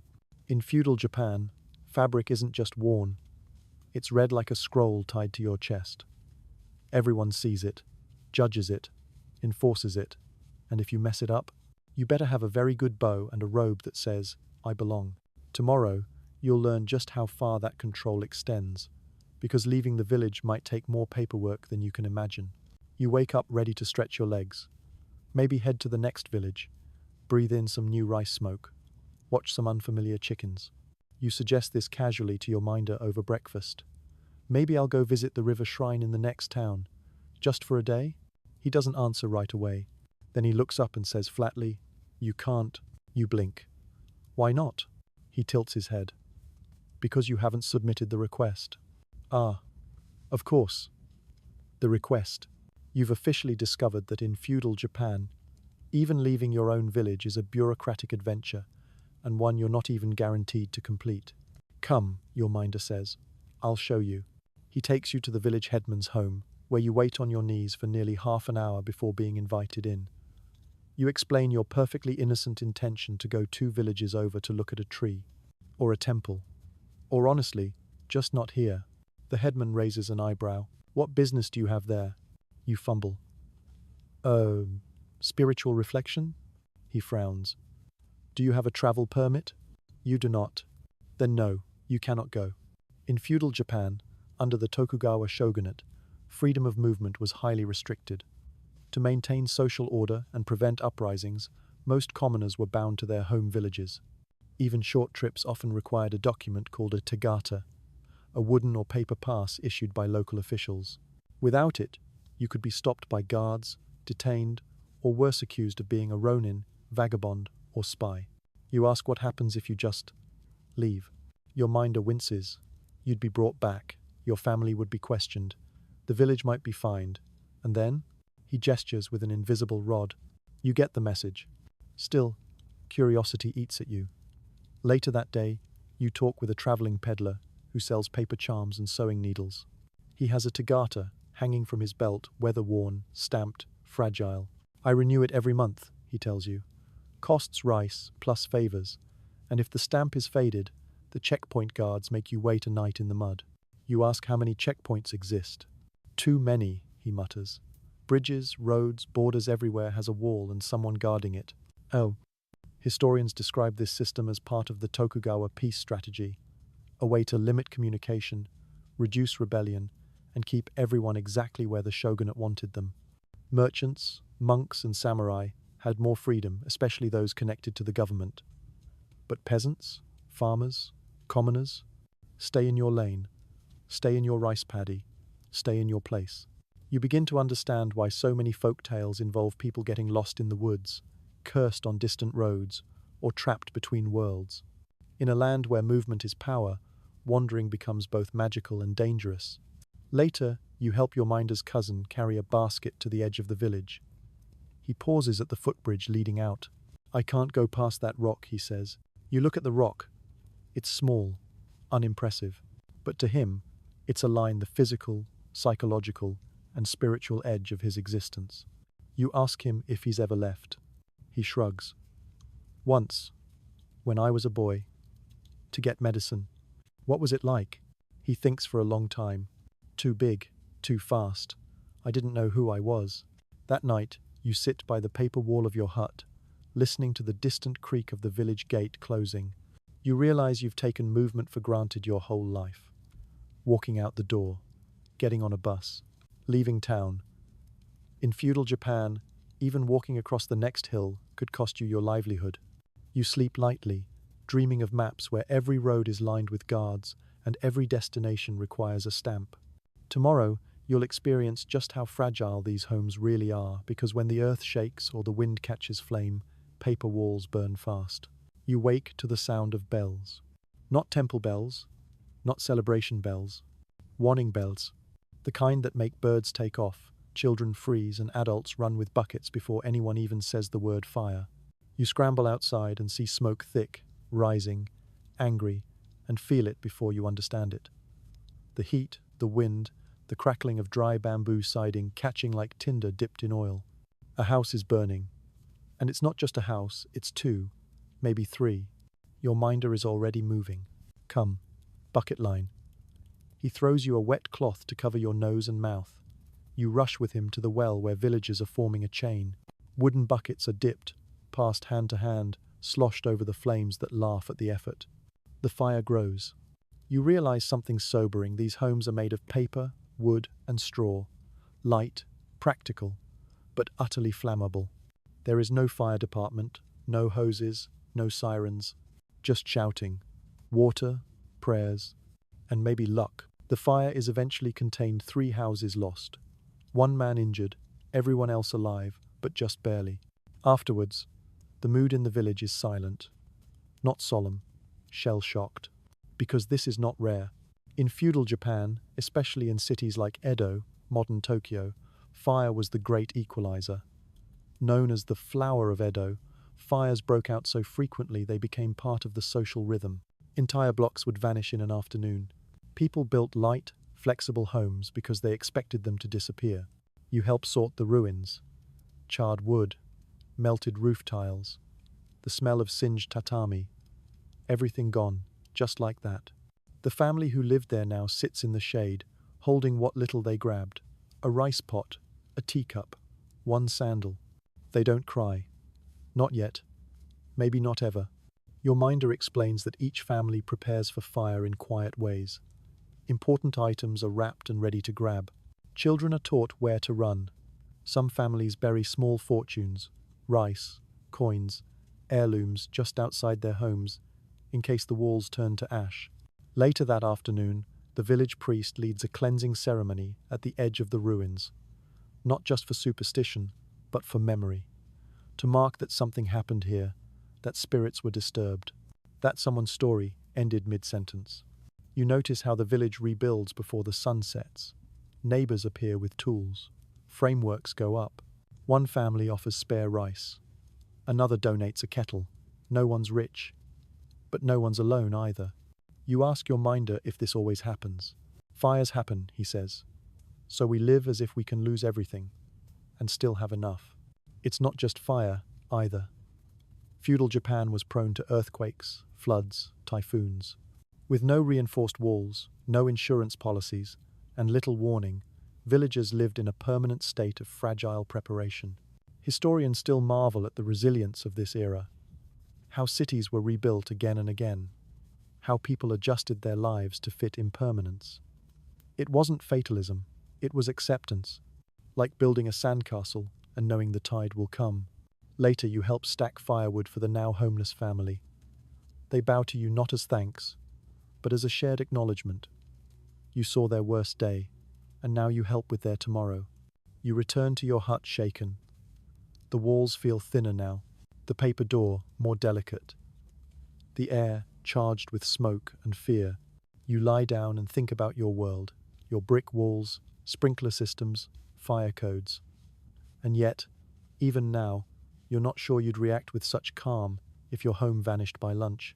In feudal Japan, people lived with the certainty that everything could go at any moment. And somehow, they kept planting rice. Tomorrow, you'll face a different kind of fear, the ones born not of flame, but of dreams, shadows, and spirits that walk when the moon is full. You wake in darkness, not the gentle, pre-dawn kind, but a thick, unsettling black, pierced only by the occasional flicker of a lantern outside your hut. It's the middle of the night. The village is unusually quiet. Too quiet. Then you hear it. A whisper. A shuffle. A soft knock. On a wall that has no door. You sit up, heart thudding, mouth dry. Was that real? Your minder had warned you about nights like this. Some nights, he said, are thin. The world and the next one touch. Oh. Today is the 15th night of the 7th month, the heart of Obon, the festival of the dead. You were told to leave offerings at the altar, light incense, and never sleep facing north. You had done some of that. The villagers call it the Yurei season, when spirits return to visit the living. Not malicious necessarily, but expectant, restless. You step outside and see faint lanterns lining the path to the forest shrine. Each one floats on the wind like a glowing prayer. Small altars have been built on wooden boxes, with rice balls, cucumbers carved into animal shapes, and little cups of tea. These are offerings, welcome signs, a reminder to the dead, you are remembered. Please visit, and please leave peacefully. You follow the lights. You're not alone. Other villagers are already at the shrine, bowing low, lighting candles, clapping softly. You notice no one speaks above a whisper. Even children are subdued, wide-eyed, clutching their mother's robes. Your minder appears behind you. Tonight, you'll see how we treat the unseen. He explains the difference between the kami spirits of nature and creation and yurei, the souls of the departed. The kami are revered, powerful, abstract. But the yurei, they're personal. They remember your voice, your name, your mistakes. One old woman walks in slow circles near the offering table, muttering a chant under her breath. She places an old sandal on the altar. You ask why. She says, "It belonged to my brother. He drowned. He visits when I dream of water." You believe her. In feudal Japan, Belief in the supernatural wasn't entertainment. It was woven into daily life. A baby with a fever might be under fox possession. A well that runs dry might be angry. A home with a crooked beam? Haunted. The borders between the natural and the spiritual were porous, especially in times of death, war, or change. You walk with your minder through the village paths, now lined with glowing rice paper lanterns, tied to bamboo poles or resting in riverbeds. Each one carries a family name. Each one tells a ghost. This way, come home. You're told never to look over your shoulder on this night. You ask why, because you might see who's following. You swallow and stare straight ahead. Later, you return to your hut and do as instructed. You leave a small bowl of rice by the door. You light incense. You bow. You lie down with your head pointed south. And still, you can't sleep. The walls seem thinner tonight, the night air colder. You remember all the small things the villagers do without question. Never pointing at graves, never cutting nails at night, never whistling after sundown. Superstition? Maybe. But in a world without science, antibiotics, or weather apps, spiritual cause and effect was how people made sense of chaos.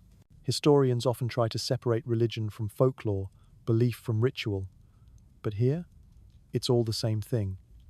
The same whispered prayer said beside a sickbed, the same offering placed beside the hearth, the same sandals aligned neatly at the edge of a river. As you finally drift to sleep, you dream of pale faces, not frightening, just watching, waiting, familiar. And when you wake in the morning, the rice bowl by the door is empty. You ask your minder if someone ate it. He shrugs. Probably. You stare at the clean bowl for a moment too long. Then he hands you a broom. Time to sweep the spirits out.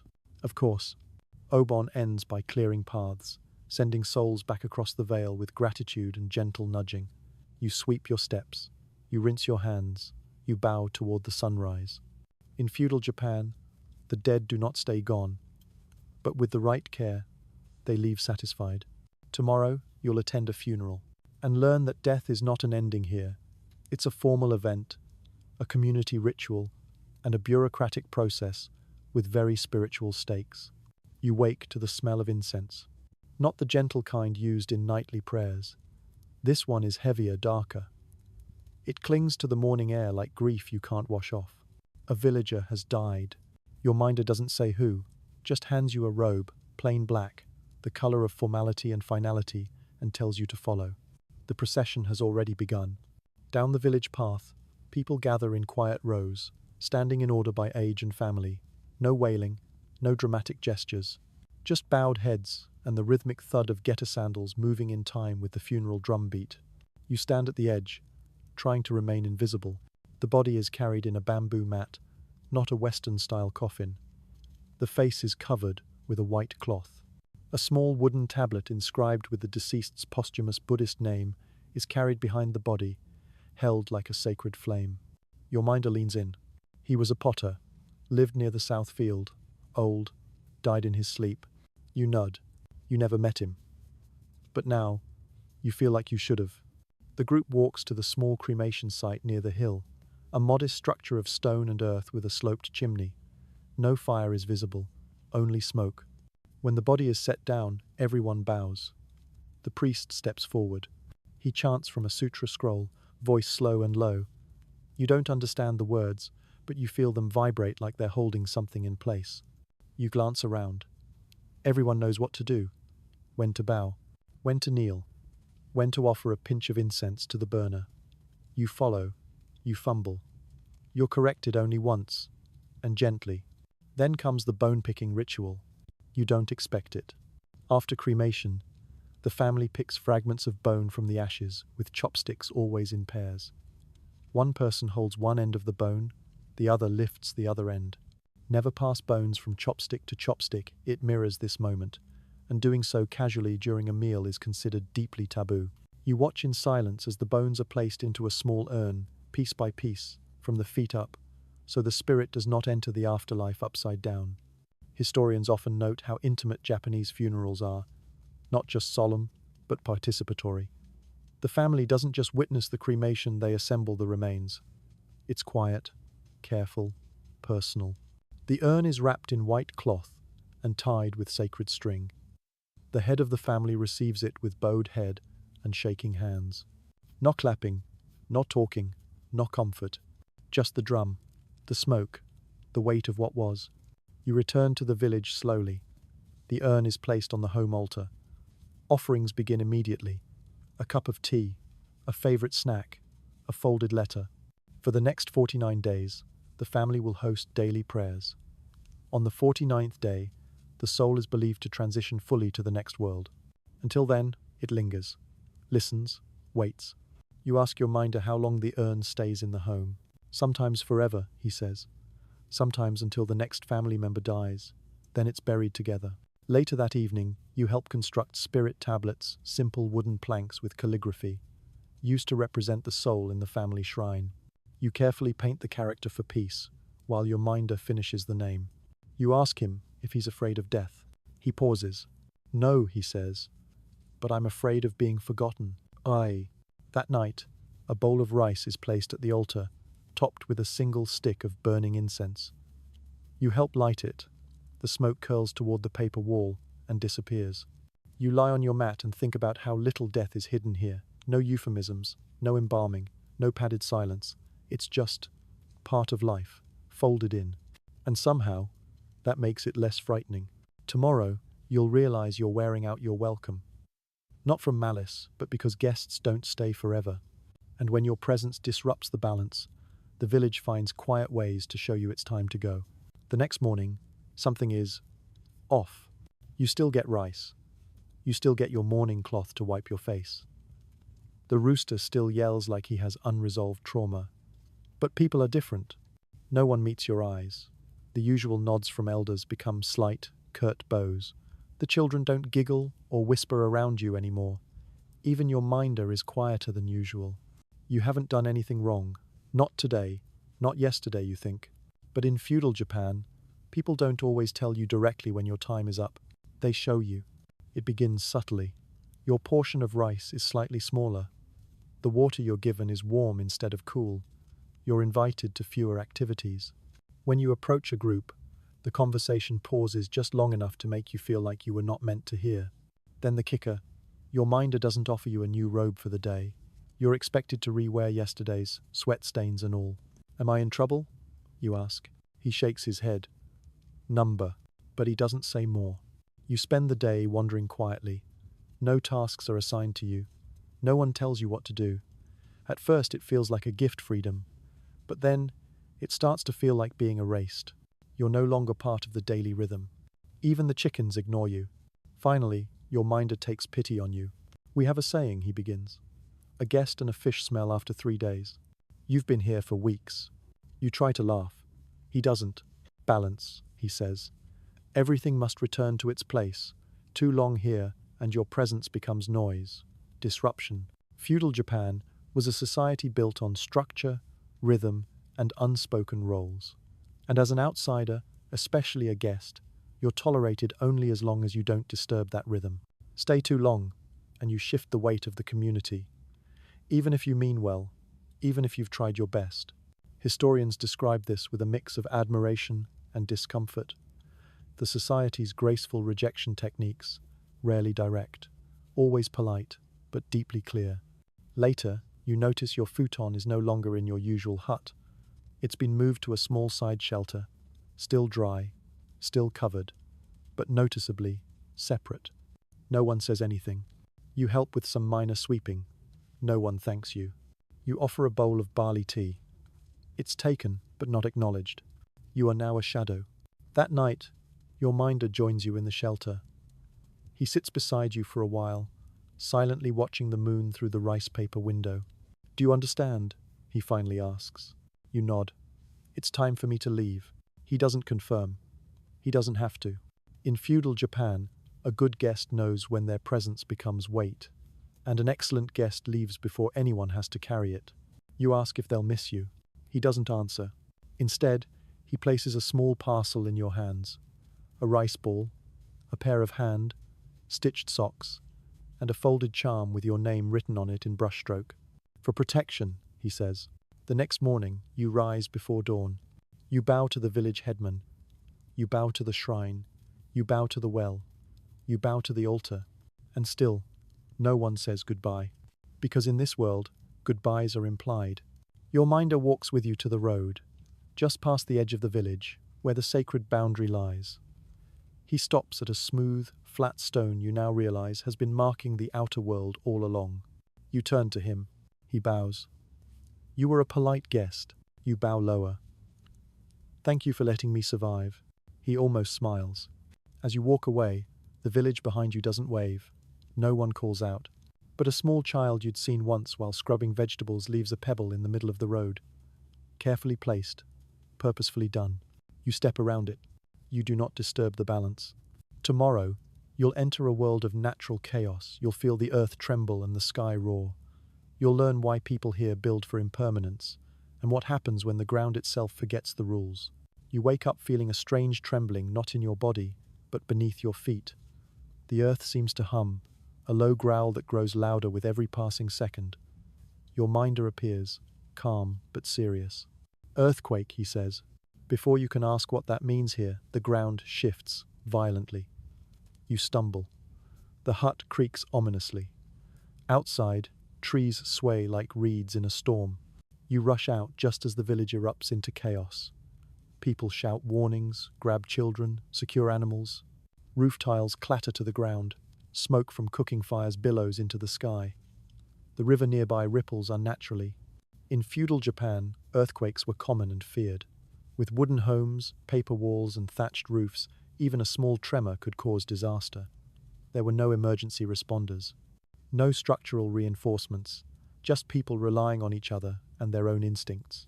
You join the villagers, moving to open spaces, away from collapsing buildings. Your minder points to a family huddled in the open, holding a frightened baby. You help steady them. After the shaking stops, the work begins. Damaged homes are assessed. Fires sparked by overturned hearths are extinguished. Paths blocked by fallen trees are cleared. This isn't the first earthquake the village has faced, and won't be the last. The people here build their lives around the impermanence of the land, constructing homes that can be quickly rebuilt and communities that rely on shared labor. Historians still debate how much early Japanese architecture was influenced by seismic activity. But it's clear the frequent tremors shaped not only buildings but cultural attitudes toward resilience and adaptation.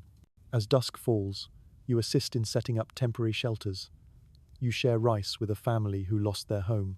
The baby laughs, momentarily forgetting the fear. That night, you sleep under a blanket of stars, feeling the earth's lingering pulse beneath you. You understand that here, nature rules with a trembling hand. Tomorrow, you'll walk the fine line between order and chaos as the village rebuilds, and you'll see why life in feudal Japan is a constant negotiation with the unpredictable. The village wakes under a fragile sun, softened by the dust stirred up from yesterday's tremors. The air feels thick with a mix of hope and exhaustion, as if the earth's unrest has seeped into the bones of every villager. You step outside your temporary shelter, noticing the familiar sights altered. Crooked fence posts, patched roofs, and neighbors working side by side to restore what was lost. There's no leader barking orders, just the quiet determination of a community bound by necessity. You join a group carrying bundles of bamboo to repair a collapsed wall. The work is slow, deliberate. Each bamboo pole is carefully placed, tied with strips of bark or rope, and balanced to hold back wind and rain. Your minder points out how the village rebuilds not for permanence, but for resilient structures meant to give way and be replaced, reflecting a deep acceptance of nature's impermanence. Later, you visit the riverbank, where elders scatter fresh stones and arrange small wooden markers. They tell you it's a ritual to appease the river spirits angered by the earthquake, a way to ensure the waters remain calm and life-giving. As you watch, a child runs past, laughing despite the hardships, reminding you of the village's enduring spirit. Historians still debate whether such rituals were primarily religious or practical, but their significance in maintaining social cohesion is undeniable. As dusk falls, you sit beside the shrine, watching lanterns flicker and hearing the soft murmurs of evening prayers. In feudal Japan, life balances delicately between order and chaos, built on traditions that embrace both.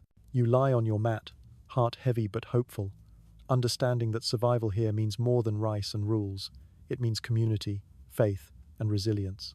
Tomorrow, you'll take your final steps as a guest and prepare to return to your world, carrying with you the echoes of a life both distant and deeply human.